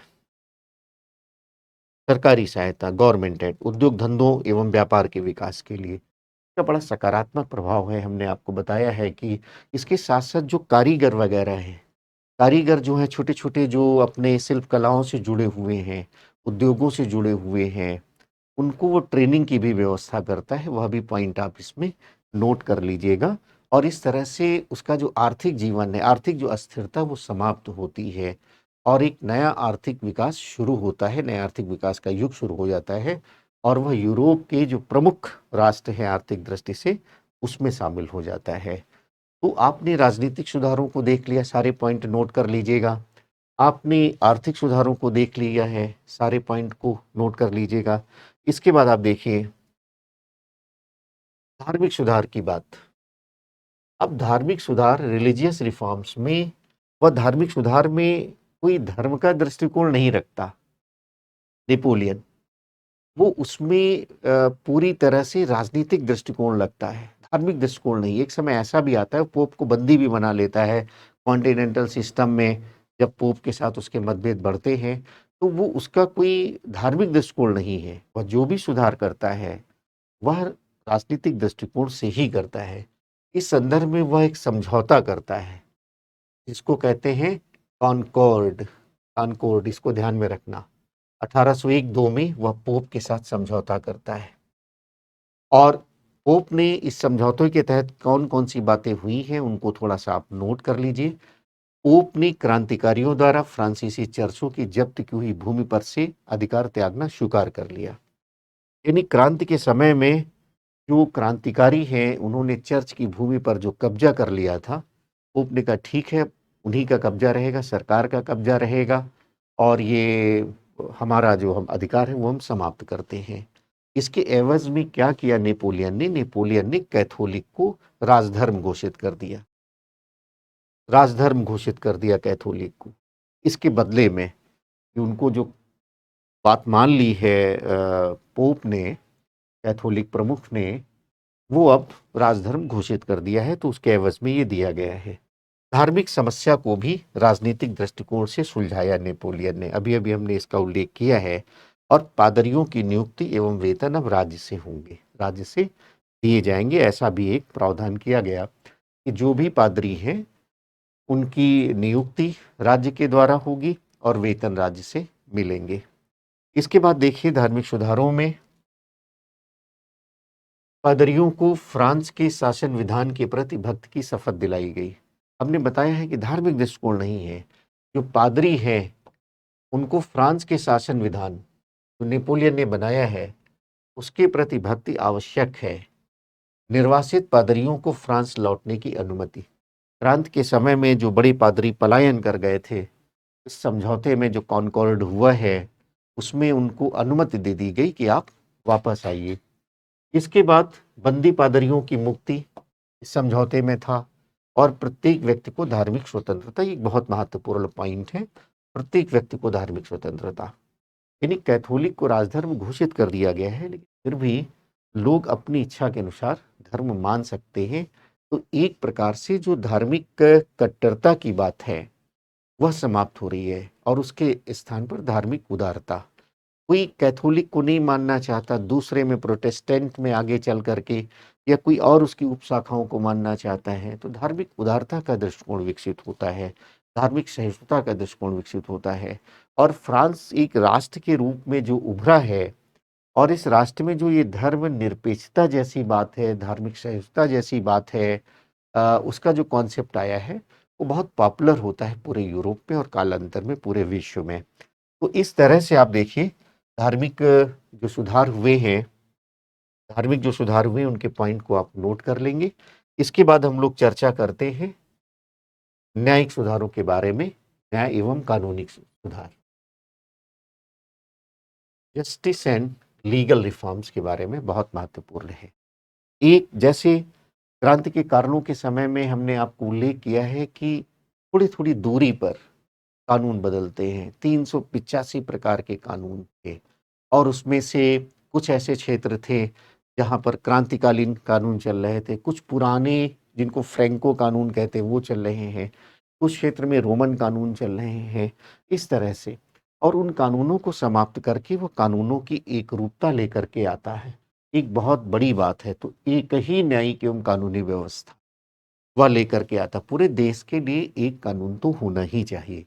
राष्ट्र के विकास के लिए ये ज़रूरी है कि एक जैसा कानून सभी के लिए, एक ही न्यायिक एवं कानूनी व्यवस्था। एक बड़ी बात थी, जो पग पग पर कानून बदलते हैं। हमने एक चर्चा किया था, एक दार्शनिक महोदय ने कहा कि जैसे थोड़ी थोड़ी दूरी पर हम घोड़े चेंज करते हैं, वैसे वहाँ कानून बदल रहे हैं फ्रांस में।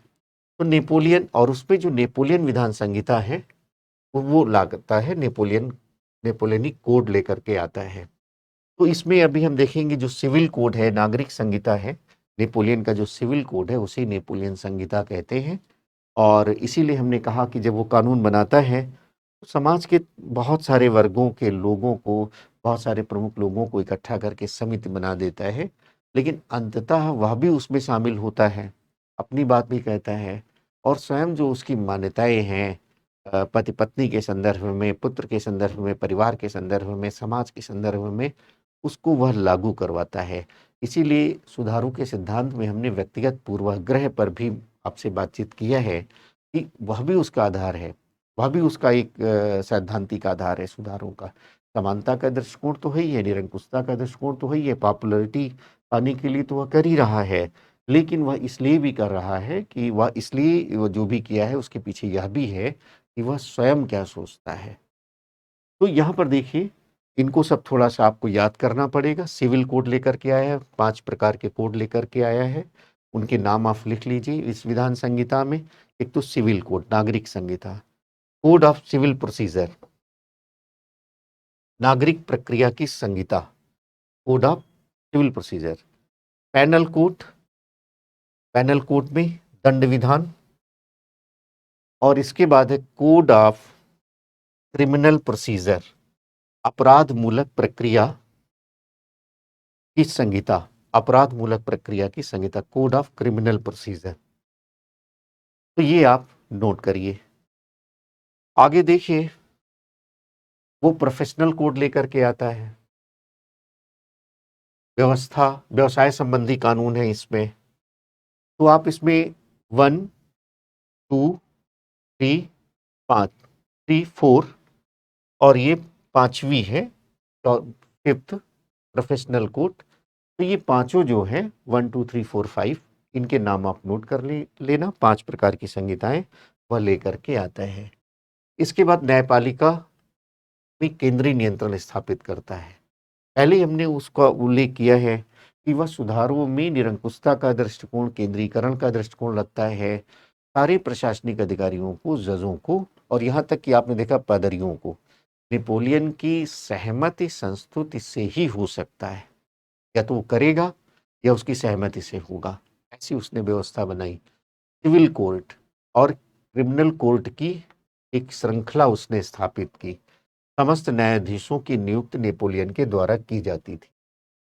जितने न्यायाधीश हैं सबकी नियुक्ति नेपोलियन के द्वारा, स्थानीय न्यायाधीशों को छोड़कर।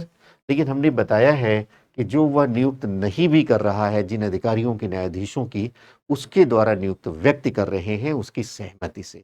तो कहीं ना कहीं पूरी तरह से नेपोलियन का प्रत्यक्ष या अप्रत्यक्ष प्रभाव है उन पर, और पूरी उनकी अपनी दखलंदाजी है पूरी की पूरी व्यवस्था में। तो ये आपका हुआ न्याय एवं कानूनी संबंधी सुधार। अब हम लोग बात करेंगे शिक्षा संबंधी क्या सुधार किया, एजुकेशनल रिफॉर्म्स। अब क्रांति के पहले की जो शिक्षा व्यवस्था है वह पूरी तरह चर्च केंद्रित थी, धर्म केंद्रित थी। शिक्षा व्यवस्था में बहुत आमूलचूल बदलाव हुए, और इस आमूलचूल जो बदलाव हुए हैं फ्रांस में, उसमें नेपोलियन के द्वारा जो शिक्षा संबंधी सुधार किए गए हैं वो बहुत महत्वपूर्ण है। इसको थोड़ा सा देखिए। मुख्य नगरों में एक प्राइमरी उच्च विद्यालय खोले गए, प्रत्येक जिले में विद्यालय खोला गया, एक श्रृंखला बना दी। एक बहुत महत्वपूर्ण प्रकार का विकास है फ्रांस के संदर्भ में, जो आधुनिक फ्रांस की नींव डालता है। ये सारे के सारे सुधार, उसमें शिक्षा संबंधी सुधार बहुत महत्वपूर्ण है।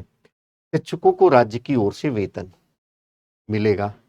शिक्षकों के लिए पेरिस में एक प्रशिक्षण केंद्र, ट्रेनिंग इंस्टीट्यूट बनवा दिया शिक्षकों के लिए, और उसने एक यूनिवर्सिटी की स्थापना की पेरिस में, इंपीरियल विश्वविद्यालय, उसका नाम था इंपीरियल यूनिवर्सिटी। इंपीरियल विश्वविद्यालय की स्थापना की, सब नोट कर लेंगे आप। और इसमें 5 जो है वो विभाग हैं, 5 विभाग हैं, और उनके 5 जो जिनमें शिक्षा दी जा रही है 5 विभागों में कौन कौन से विषय हैं। एक तो धर्म ज्ञान, दूसरा कानून, तीसरा चिकित्सा विज्ञान और साहित्य, theology, law, medical science, science and literature. ये 5 विभाग हैं, इनको नोट कर लीजिए। शोध कार्यों के लिए, रिसर्च के लिए वह इंस्टीट्यूट ऑफ फ्रांस की स्थापना करता है, इंस्टीट्यूट ऑफ फ्रांस की स्थापना करता है रिसर्च वर्क के लिए। ये पॉइंट भी आप नोट कर लीजिए। इसके बाद सम्राट के प्रति भक्ति, कैथोलिक धर्म के प्रति निष्ठा, अनुकूल आचरण की शिक्षा, ये सब उसने पूरी की पूरी व्यवस्था की। यानी आप जो है, आपका जो आचरण हो वो कैथोलिक धर्म के फेवर में हो, क्योंकि समझौता हुआ है पोप के साथ में। और यद्यपि यहाँ बहुत धर्म के प्रति बहुत रिजिड नहीं है, हमने बताया उदारता का दृष्टिकोण है, धार्मिक स्वतंत्रता की बात की जा रही है, लोग अपने हिसाब से उसका पालन करेंगे, लेकिन सम्राट के प्रति भक्ति बहुत आवश्यक। पूरा का पूरा, आप चाहे जैसे आप शिक्षक बन रहे हैं, आप न्यायाधीश बन रहे हैं, आप पादरी बन रहे हैं, तो नेपोलियन के प्रति भक्ति आवश्यक है। और ये एक बहुत बड़ी सीमा है इन सुधारों की, अभी हम सीमाओं में चर्चा करेंगे। एक जो उसके अपने पूर्वाग्रह आए हैं, जो नेपोलियन के प्रति भक्ति है, एक बहुत बड़ी सीमा बना देता है। आगे आप देखिए, कुछ ऐसे कार्य भी वह करता है जो पब्लिक वेलफेयर से रिलेटेड है, सार्वजनिक एवं जनहितकारी कार्य, इनको भी आप नोट कर लीजिए नेपोलियन के सुधार में। जैसे पेरिस को सुंदर बनाने का दृष्टिकोण। अब इससे क्या होगा कि एक तो वो जो शासन में आया है उसका अच्छा प्रभाव पड़े लोगों पर, लोगों को अच्छा लगे, और इसके माध्यम से वह जो बेरोजगारी की समस्या है उसको भी दूर करना चाहता है। तो बहुत सारे निर्माण योजनाओं को लेकर के आता है, जैसे सुंदर बनाने के क्रम में चौड़ी सड़कें बनवाना, सुंदर बाजारों की स्थापना करना, भवनों की स्थापना करना, पूरे फ्रांस में पुलों की, मेहराबों का निर्माण करना। इससे सुंदर भी बनेगा, लोगों पर प्रभाव भी पड़ेगा, नेपोलियन का इम्पैक्ट ज़्यादा होगा, और इसके साथ साथ लोगों में जो नाराज़गी है बेरोज़गारी की, उसको लेकर के भी थोड़ा सा आसानी हो जाएगी, उनको कार्य मिल जाएगा, और बेरोज़गारी की समस्या कुछ कम हो जाएगी। लोवरे में एक उसने म्यूज़ियम बनाया, संग्रहालय, नवीन सिंचाई सुविधाएं उसने, कैनाल्स वगैरह, नहरें वगैरह को बनवाई, बंदरगाहों का पुनर्निर्माण उसने किया, और इसके साथ साथ उसने सामाजिक क्षेत्र में एक पुरस्कार की स्थापना की, आज भी है, आप जानते हैं, उसका नाम है legion of honour. Legion of honour यानी फ्रांस में ये ऐसे व्यक्तियों को दिया जाने का उसमें घोषणा हुई जो किसी विशेष क्षेत्र में उपलब्धि अर्जित करते हैं।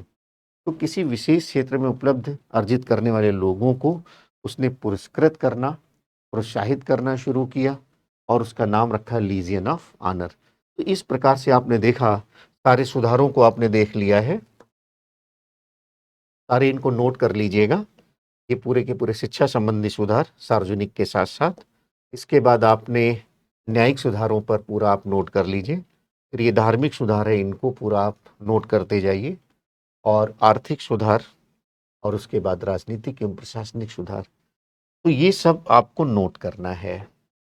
तो जैसे हमने आपको डिस्कस किया है कि क्या क्या आपको, कौन कौन से पहलू बनेंगे नेपोलियन के सुधार में, उसमें उद्देश्य की हमने बात कर ली है, उसमें सैद्धांतिक आधारों की बात हमने कर ली है, और कौन कौन से सुधार किए गए हैं। तो सुधार में बहुत फैक्ट जुड़े हुए हैं, उनको थोड़ा सा आप नोट कर लेंगे। अब हम लोग बातचीत करेंगे इन सुधारों की सीमाएं क्या है, सुधारों की सीमाएं क्या है, लिमिटेशंस क्या है, उसकी बात हम लोग करेंगे। सुधारों की सीमाएं क्या है।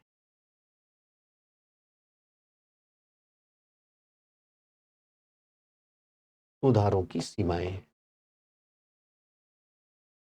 लिमिटेशंस क्या है। अब जैसे पूरे आपने सुधारों को देखा, और इन सुधारों में एक बात तो आपको समझ में आई है कि इन सुधारों में स्वतंत्रता का स्वतंत्रता का हनन हुआ है। जनता के जो राजनीतिक अधिकार हैं उनको समाप्त कर दिए गए हैं, जनता की जो जो प्रजातांत्रिक अधिकार हैं उनको समाप्त कर दिए गए हैं। तो स्वतंत्रता के सिद्धांत का हनन होता है, प्रजातांत्रिक जो मूल्य है, प्रजातांत्रिक जो सिद्धांत है, उनका हनन होता है।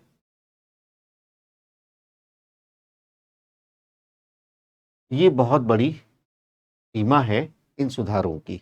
आपने देखा कैसे राजनीतिक अधिकारों को समाप्त कर दिया गया है, और जो उसने प्रारूप बना दिया है किसी भी क्षेत्र में, उसी का आपको पालन करना है, उसी का आपको पालन करना है। आपकी सहमति असहमति का कोई मतलब नहीं है। जो कानून बना दिया है, जो न्याय व्यवस्था बना दी, जो आर्थिक व्यवस्था बना दी, जो आप उसने धार्मिक व्यवस्था बना दी है, उसी के तहत आपको काम करना है।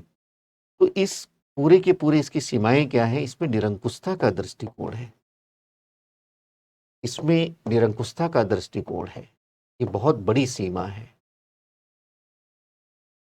अति केंद्रीकरण का दृष्टिकोण, निरंकुशता का दृष्टिकोण, यानी निचले स्तर से लेकर के ऊपर से लेकर के नीचे के स्तर तक पूरी तरह से नेपोलियन का प्रभाव। नेपोलियन की सहमति से ही कुछ हो सकता है। नया समय क्या था कि जनता को अधिकार देने की बात हो रही थी, प्रजातांत्रिक मूल्यों के संरक्षण की बात हो रही थी, प्रजातांत्रिक व्यवस्था की बात हो रही थी। लेकिन ऐसा नहीं है, निरंकुशता का दृष्टिकोण। इसके अलावा आपने देखा कि व्यक्तिगत जो पूर्वाग्रह हैं, जैसे पति का पिता का पति का अपने पत्नी पर अधिकार और व्यापक होना चाहिए, उसके लिए उसने कानून बनाए। पिता का अधिकार अपने पुत्रों पर होना चाहिए, ऐसा उसका मानना था। तो इस प्रकार के जो व्यक्तिगत तमाम प्रकार के पूर्वाग्रह, जैसा वो सोचता था वैसे वो व्यवस्था लेकर के आया। उसमें दूसरे के विचारों को बहुत कम महत्व दिया गया, तो व्यक्तिगत पूर्वाग्रह। और इसके साथ साथ सीमाओं में एक बात लिख सकते हैं कि जो सुधार है उसका सैद्धांतिक आधार एक हमने आपको बताया है, समानता का सिद्धांत। तो समानता के सिद्धांत का पालन तो हुआ है, लेकिन उसकी भी सीमाएं हैं। कैसे कि वह सुधार तो करता है, लेकिन बाद में क्या है कि जो उसके प्रति लोग भक्ति रखते हैं, जो उसके प्रति निष्ठा रखते हैं, या उसके परिवार के लोग, वह देखा आपने कि भाई बहनों को ही राजा महाराजा बना देता है, महारानी बना देता है, उच्च पदों से विभूषित कर देता है। तो वहां वह समानता के सिद्धांत का उल्लंघन करता है। तो सीमा में एक पॉइंट आप और लिख सकते हैं, वो ये बता सकते हैं कि यद्यपि वह समानता के सिद्धांत का पालन करता है, लेकिन फिर भी उसकी सीमाएं हैं। उदाहरण के साथ जैसे अभी हमने बताया है, वैसे आप उदाहरण भी लिख देंगे। समानता के सिद्धांत के पालन की सीमाएं, इसकी सीमाएं। तो इस प्रकार से आप सुधारों की सीमाएं बता सकते हैं। और अंत में अब हम लोग चर्चा करेंगे इन सुधारों का महत्व क्या है, उसकी चर्चा करेंगे। तो नेपोलियन के सुधारों का महत्व क्या है, उसकी बात हम करेंगे।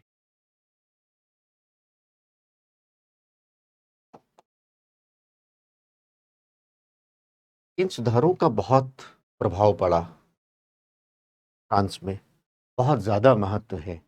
तात्कालिक महत्व भी है, दूरगामी महत्व है। ये सुधार तात्कालिक दृष्टि से बहुत लाभ पहुंचाते हैं फ्रांस को। और क्या लाभ पहुंचाते हैं? जैसे वहां पर स्थिरता, फ्रांस में जो लगातार परिवर्तनशील स्वरूप था उसको समाप्त कर दिया।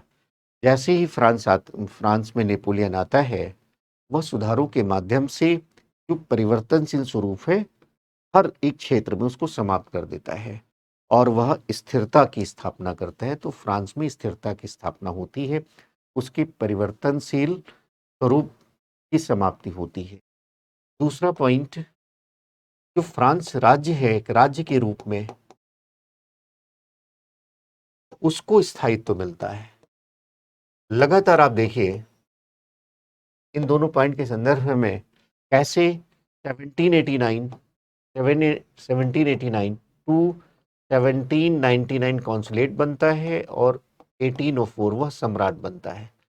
तो ये 10 वर्षों में पूरी तरह से अराजकता है, अव्यवस्था है। इन 10 वर्षों में अपरिवर्तनशील स्वरूप के कारण कुछ निश्चित नहीं हो पा रहा, कब क्या होगा किसी को पता नहीं। लगातार घटनाएं घटनाएं जैसे नई घटना घट रही है उसी हिसाब से व्यवस्था आगे चलने लगती है, फिर एक नई घटना आती है, फिर एक व्यवस्था स्थापित हो जाती है। तो इस तरह से जो अराजकता व्यवस्था, महंगाई, भ्रष्टाचार है, उन सब से निजात मिल जाती है।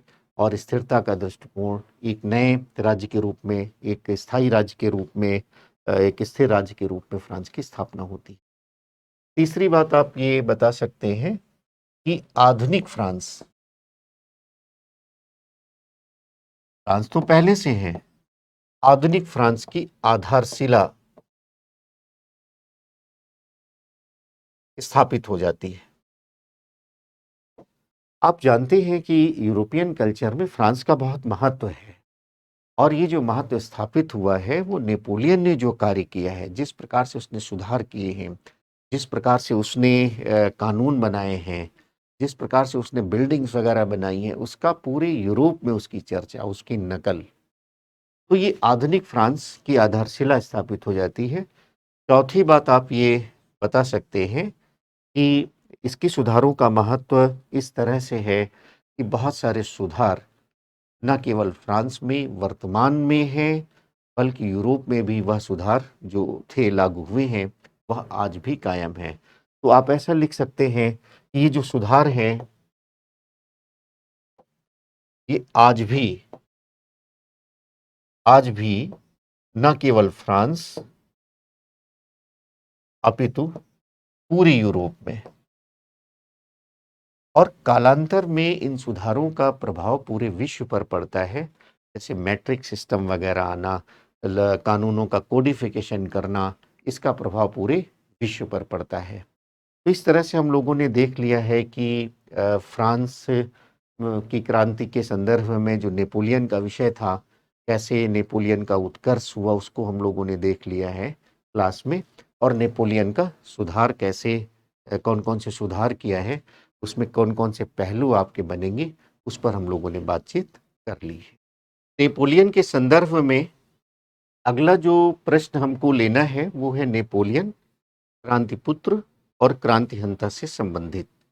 यह भी एक बहुत महत्वपूर्ण प्रकार का प्रश्न बनता है नेपोलियन के संदर्भ में। नेपोलियन स्वयं एक स्थान पर कहता है कि मैं क्रांतिपुत्र हूं, वह इस प्रकार की बात कहता है। एक अन्य स्थान पर वह कहता है कि मैंने ही क्रांति को नष्ट कर दिया है, वह स्वयं कहता है कि मैंने ही क्रांति को नष्ट कर दिया है। अब बड़ा एक उलझा हुआ सा प्रश्न हो जाता है कि नेपोलियन को क्या कहेंगे, क्रांतिपुत्र कहेंगे या क्रांतिहंता कहेंगे। इस प्रश्न का उत्तर इस क्लास में हम लोग खोजने का प्रयास करेंगे। एग्जाम की दृष्टि से भी बहुत महत्वपूर्ण है। तो आइए हम लोग देखते हैं, इस पर बात करते हैं। नेपोलियन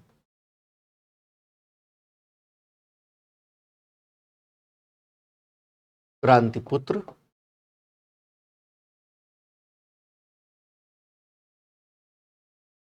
या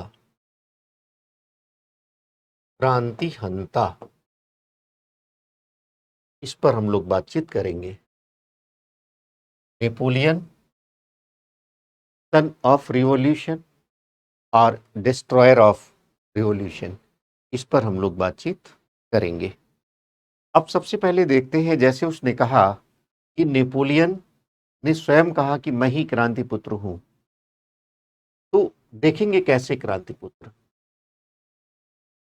कहा जाता है, इतिहासकारों ने भी इस बात को कहा है कि नेपोलियन क्रांति पुत्र है, लेकिन ऐसा पुत्र है जिसने अपनी माता की हत्या स्वयं कर दी। तो इस बात को आज इसका विश्लेषण करेंगे, कहाँ तक उसको क्रांतिपुत्र माना गया है और क्यों उसको क्रांतिहंता माना गया है, निष्कर्ष कैसे निकालेंगे, उस बात को हम देखेंगे। अब जैसे क्रांतिपुत्र के संदर्भ में पहली बात जो आपको देखनी है वो है 1789 की फ्रांस की क्रांति। और इस क्रांति के पश्चात जो व्यवस्था आई है, क्रांति के पश्चात जो व्यवस्था आई है वो समानता पर आधारित है।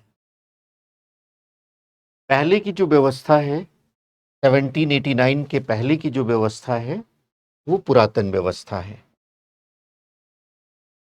ये पुरातन व्यवस्था है, एंशियंट रिजाइम। और ये जो पुरातन व्यवस्था है ये असमानता पर आधारित है, शोषण पर आधारित है, विशेषाधिकारों पर आधारित व्यवस्था है। यानी यहाँ जन्म पर पद मिलेंगे, योग्यता पर नहीं मिलेंगे, कुछ इस प्रकार की व्यवस्था यहाँ पर है। तो ये जो पुरातन व्यवस्था है वो असमानता पर आधारित है।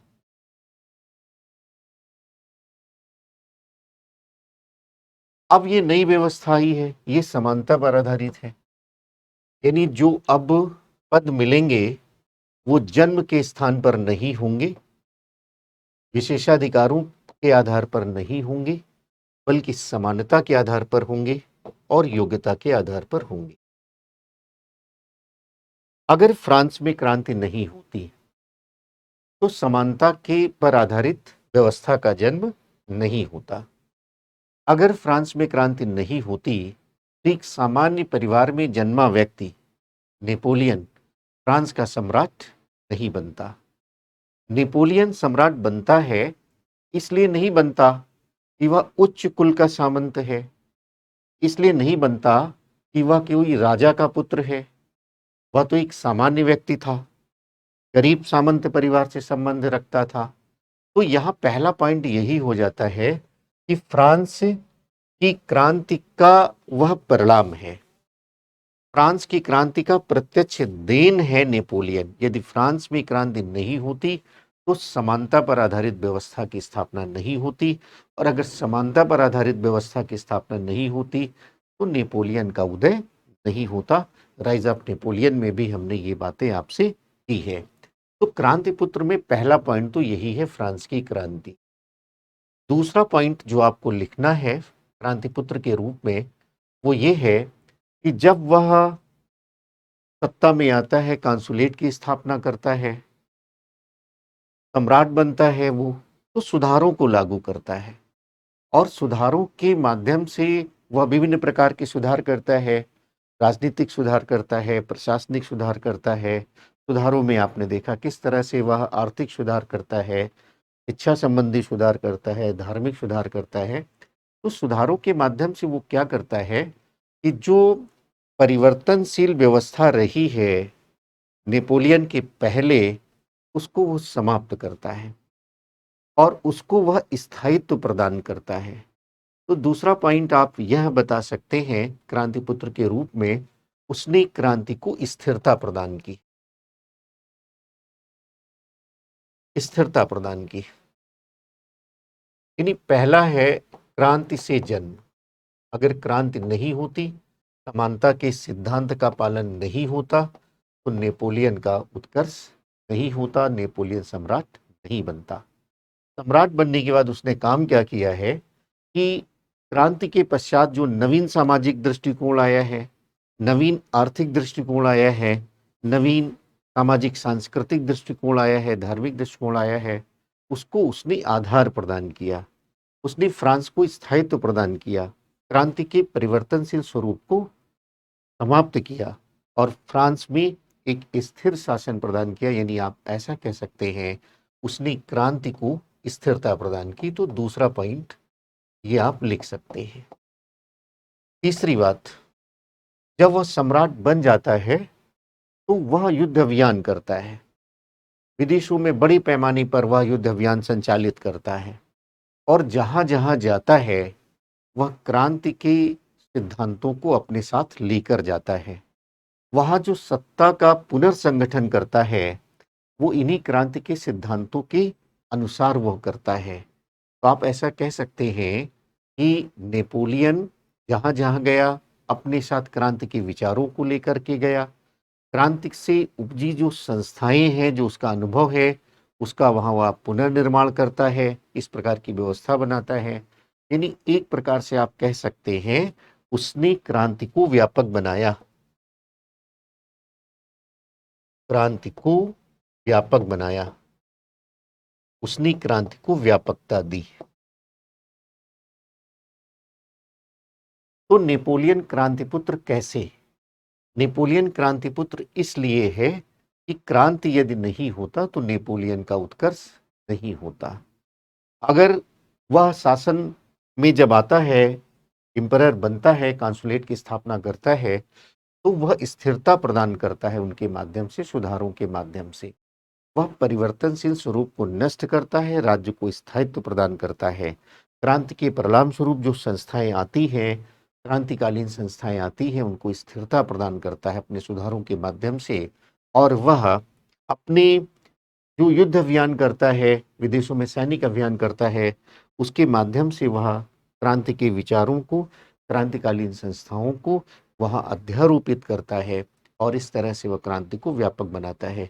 इन्हीं अर्थों में नेपोलियन को क्रांतिपुत्र कहा जा सकता है। अगर आपसे ये प्रश्न पूछा जाता है कि नेपोलियन क्रांतिपुत्र कैसे, तो आप इन्हीं मुख्य रूप से 3 बिंदुओं को आप अपने उत्तर का आधार बनाएंगे।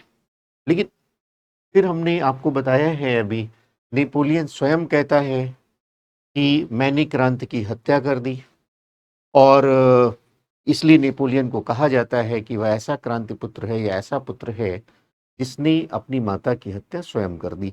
अब हम उन बिंदुओं पर बात करेंगे जिनके आधार पर आप कह सकते हैं कि नेपोलियन क्रांति हत्या है, तो उन बिंदुओं की बात हम करेंगे, फिर तुलनात्मक ढंग से बातचीत करेंगे। अब यहां पर आप देखिए कैसे क्रांतिहंता के बिंदु हम लेंगे। डिस्ट्रॉयर ऑफ रेवोल्यूशन कैसे वो है, उसकी बात हम लोग करेंगे। जैसे आप जानते हैं, फ्रांस की क्रांति के नारे के बारे में आपसे बातचीत हुई है। क्रांति का नारा था स्वतंत्रता, समानता एवं बंधुत्व, ये नारा है। यानी लिबर्टी की बात हो रही है, इक्वलिटी की बात हो रही है और फ्रेटर्निटी की बात हो रही है। जब वह सम्राट बनता है तो वह स्वतंत्रता के सिद्धांत का हनन करता है, यानी वह जनता के राजनीतिक अधिकारों को समाप्त कर देता है, स्वतंत्रता के अधिकारों को समाप्त कर देता है, उनकी प्रजातांत्रिक अधिकारों को समाप्त कर देता है। वो कहता है कि फ्रांस की जनता की जो आकांक्षा है वह समानता का सिद्धांत है, स्वतंत्रता का नहीं। और इस संदर्भ में वह वोल्टेयर के गॉड के संदर्भ में सिद्धांत को मानता है कि जनता ने मुझे राजा बना दिया है, अब उसका हस्तक्षेप करने का कोई अधिकार नहीं है। वह अभिव्यक्ति की आज़ादी पर रोक लगा देता है, यानी जो बोलने की स्वतंत्रता है, सभा बनाने की स्वतंत्रता है, इस प्रकार के जो राजनीतिक अधिकारों से संबंधित जो अधिकार हैं, वह सबकी समाप्ति कर देता है और एक ऐसी व्यवस्था बनाता है जो केंद्रीकरण पर आधारित है, जो निरंकुशता पूर्ण दृष्टिकोण से प्रभावित है। सुधारों में उसकी चर्चा मैंने किया है। तो वो क्या करता है, स्वतंत्रता के सिद्धांत का हनन कर। क्रांति का जो एक नारा था, क्रांति का जो एक परिणाम था, स्वतंत्रता का सिद्धांत, उसका वो हनन करता है। उसके बाद एक सिद्धांत है बंधुत्व का सिद्धांत, फ्रेटर्निटी का सिद्धांत। फ्रांस की क्रांति में ये नारा लगाया गया था, ये बार बार बात कही जा रही थी कि जो समानता की बात हो रही है, स्वतंत्रता की बात हो रही है, बंधुत्व की बात हो रही है, जो मानव अधिकारों की बात हो रही है, नागरिक अधिकारों की बात हो रही है, वो सिर्फ फ्रांस के लिए नहीं है, वो सभी मनुष्यों के लिए, सभी देशों के लिए है, सभी कालों के लिए है। यानी एक प्रकार से वो सार्वभौमिक है। ये जो फ्रेटर्निटी का सिद्धांत है, ये भाईचारे की भावना से युक्त है, ये जाति विरोधी है। यानी एक देश के लोग तो भाईचारे की भावना से मिलकर रहेंगे ही रहेंगे, अन्य देशों के लोगों से भी ऐसा रिलेशन हमारा होगा, फ्रेटर्निटी की भावना होगी, बंधुत्व की भावना होगी। लेकिन नेपोलियन क्या करता है, नेपोलियन अपने युद्ध अभियानों में जब जाता है तो वहाँ वह कब्जा करता है, वह अपना शासन स्थापित करता है और अपने द्वारा बनाए गए व्यवस्था को उन पर थोप देता है। तो इस तरह से वह बंधुत्व के सिद्धांत का भी उल्लंघन करता है। बंधुत्व के सिद्धांत का उल्लंघन, सिद्धांत का उल्लंघन, हनन, स्वतंत्रता के सिद्धांत का हनन। और इस तरह से आप देखिए कि जो प्रजातंत्र के सिद्धांत की वकालत हुई है, रूसो जिसका एक प्रमुख प्रवक्ता था, वह हनन कर देता है। तो प्रजातंत्र के सिद्धांतों का हनन करता है,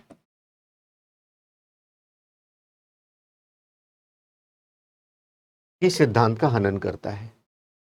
आपने देखा कैसे वो सम्राट बन जाता है और सम्राट बनने के बाद वह उसी वैभव को अपनाता है जो फ्रांस में बूर्बो वंश का था। बूर्बो फैमिली जिस ऐश्वर्य के साथ रहती थी, जिस वैभव के साथ रहती थी, नेपोलियन का आचरण भी वैसा ही हो जाता है। अब नेपोलियन अपने दरबार को बहुत सुसज्जित करता है, बहुत वैभवशाली बनाता है, ड्रेस कोड वगैरह यानी अच्छे-अच्छे वस्त्र पहनने के लिए सबको प्रेरित करता है। तो वह उसी प्रकार का आचरण करता है जैसे बुर्बो वंश, और यह क्रांति के सिद्धांत, क्रांति की भावना के प्रतिकूल था।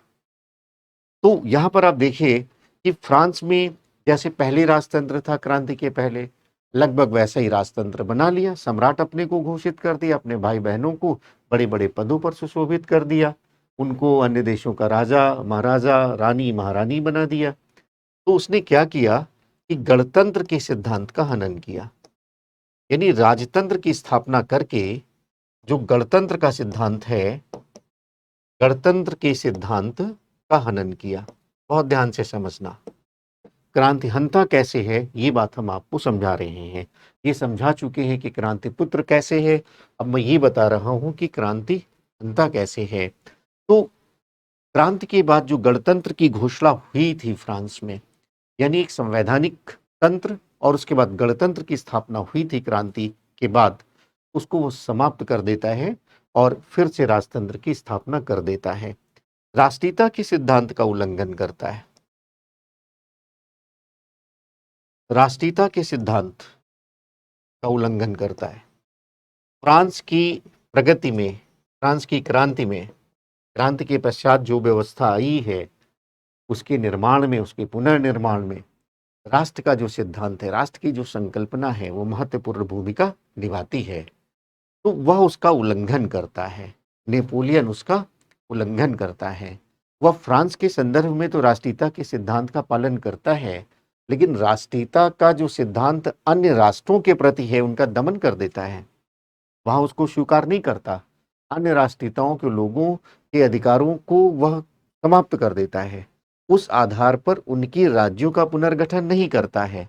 जैसे आप देखिए कि युद्ध जो वो कर रहा है, लगातार युद्ध क्यों कर रहा है, जैसे लुई 14 कर रहा था वैसे नेपोलियन कर रहा है, उसमें क्या अंतर है? दोनों का उद्देश्य उनकी महत्वाकांक्षा है। जैसे लुई 14वां 15वां कार्य कर रहे हैं, वैसे नेपोलियन कार्य कर रहा है। तो ये क्रांति का परिणाम कहाँ हुआ, क्रांति का प्रभाव कहाँ हुआ, ये तो पहले वाली बात हो गई। और युद्ध जो ये हो रहे हैं, अगर उनका आप विश्लेषण करें, नेपोलियन की विदेश नीति, उसकी आक्रामक युद्ध की नीति की अगर आप बात देखें, तो उसमें देखेंगे वो यही चाहता है कि जैसे पहले बुर्बो फैमिली चाहती थी कि फ्रांस की एक प्राकृतिक सीमा हो जाए, और इसके अलावा वो कुछ नहीं चाहते। दूसरा ये भी उसकी अपनी महत्वाकांक्षा, नेपोलियन धीरे धीरे विश्व विजय की कामना से युक्त हो गया था। युद्ध और युद्ध, उसको लगता था कि एक युद्ध करने के बाद अगर आप शांति से बैठ जाएंगे तो दूसरे आपसे युद्ध करेंगे, इसलिए आपको युद्ध करना है, अपनी शक्ति को इकट्ठा करना है, फिर आपको युद्ध करना है और लगातार विजय अभियान पर आगे बढ़ते जाना है। यानी एक प्रकार से वह सीजर के समय में जो साम्राज्यवादी भावना थी, सिकंदर की जो साम्राज्यवादी भावना थी, उस प्रकार की भावना से प्रेरित हो गया। तो ये जो साम्राज्यवादी भावना से वो युक्त था, उसके परिणाम स्वरूप वह राष्ट्रीयता के सिद्धांत का उल्लंघन कर देता है, अन्य राष्ट्रों के अधिकारों का वो दमन कर देता है। इस तरह से राष्ट्रीयता के सिद्धांत का उल्लंघन करता है। तो आपने देखा कि वह सत्ता में आने के बाद स्वतंत्रता के सिद्धांत का हनन करता है, बंधुत्व के सिद्धांत का हनन करता है, प्रजातांत्रिक सिद्धांतों का उल्लंघन करता है, गणतंत्र के विचार का उल्लंघन करता है, राष्ट्रीयता के सिद्धांत का उल्लंघन करता है। और जैसे क्रांति पुत्र में मैंने एक बातचीत की है, समानता के सिद्धांत का पालन उसने किया। इस समानता के सिद्धांत के आधार पर ही उसका जन्म हुआ है, और जो सुधार उसने किया है वो समानता के सिद्धांत पर आधारित था। क्रांतिपुत्र में जहां हमने स्थिरता वाली बात की, तो वहां पर इसका उल्लेख आपको करना है। तो उसका भी वह उल्लंघन करता है, यानी समानता के सिद्धांत का सीमित अर्थों में ही वह पालन करता है। कैसे? जब वह सत्ता में आता है, सम्राट बनता है, तो अपने विश्वास पात्र लोगों को ही बड़े बड़े पद देता है, जो नेपोलियन के प्रति भक्ति रखते हैं, शासन के प्रति जो भक्ति रखते हैं, और अपनी भाई बहनों को वो राजा महाराजा बना देता है, रानी महारानी बना देता है। ये समानता के सिद्धांत का उल्लंघन था। तो यहाँ पर एक पॉइंट और आप बना सकते हैं, वो पॉइंट ये है कि वह समानता के सिद्धांत का उल्लंघन करता है। समानता के सिद्धांत का उल्लंघन करता है।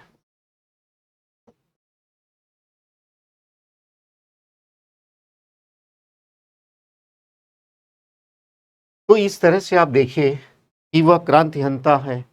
अगर आप उसको तुलना करें तो क्रांतिपुत्र के रूप में वहां हमने सारे बिंदु जो लिए हैं कि क्रांति के कारण ही उसका जन्म होता है।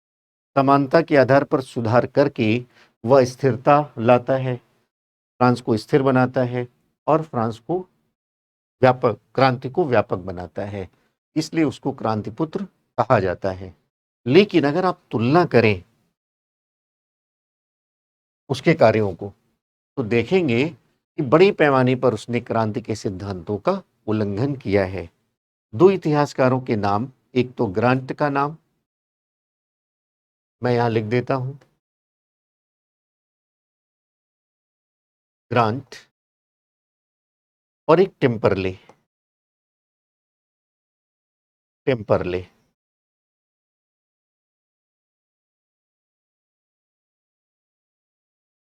ये दो जो इतिहासकार हुए हैं उन्होंने कहा है कि नेपोलियन का जो उत्कर्ष है, नेपोलियन का जो आगमन है, वो क्रांति के परिणाम स्वरूप ही हुआ है।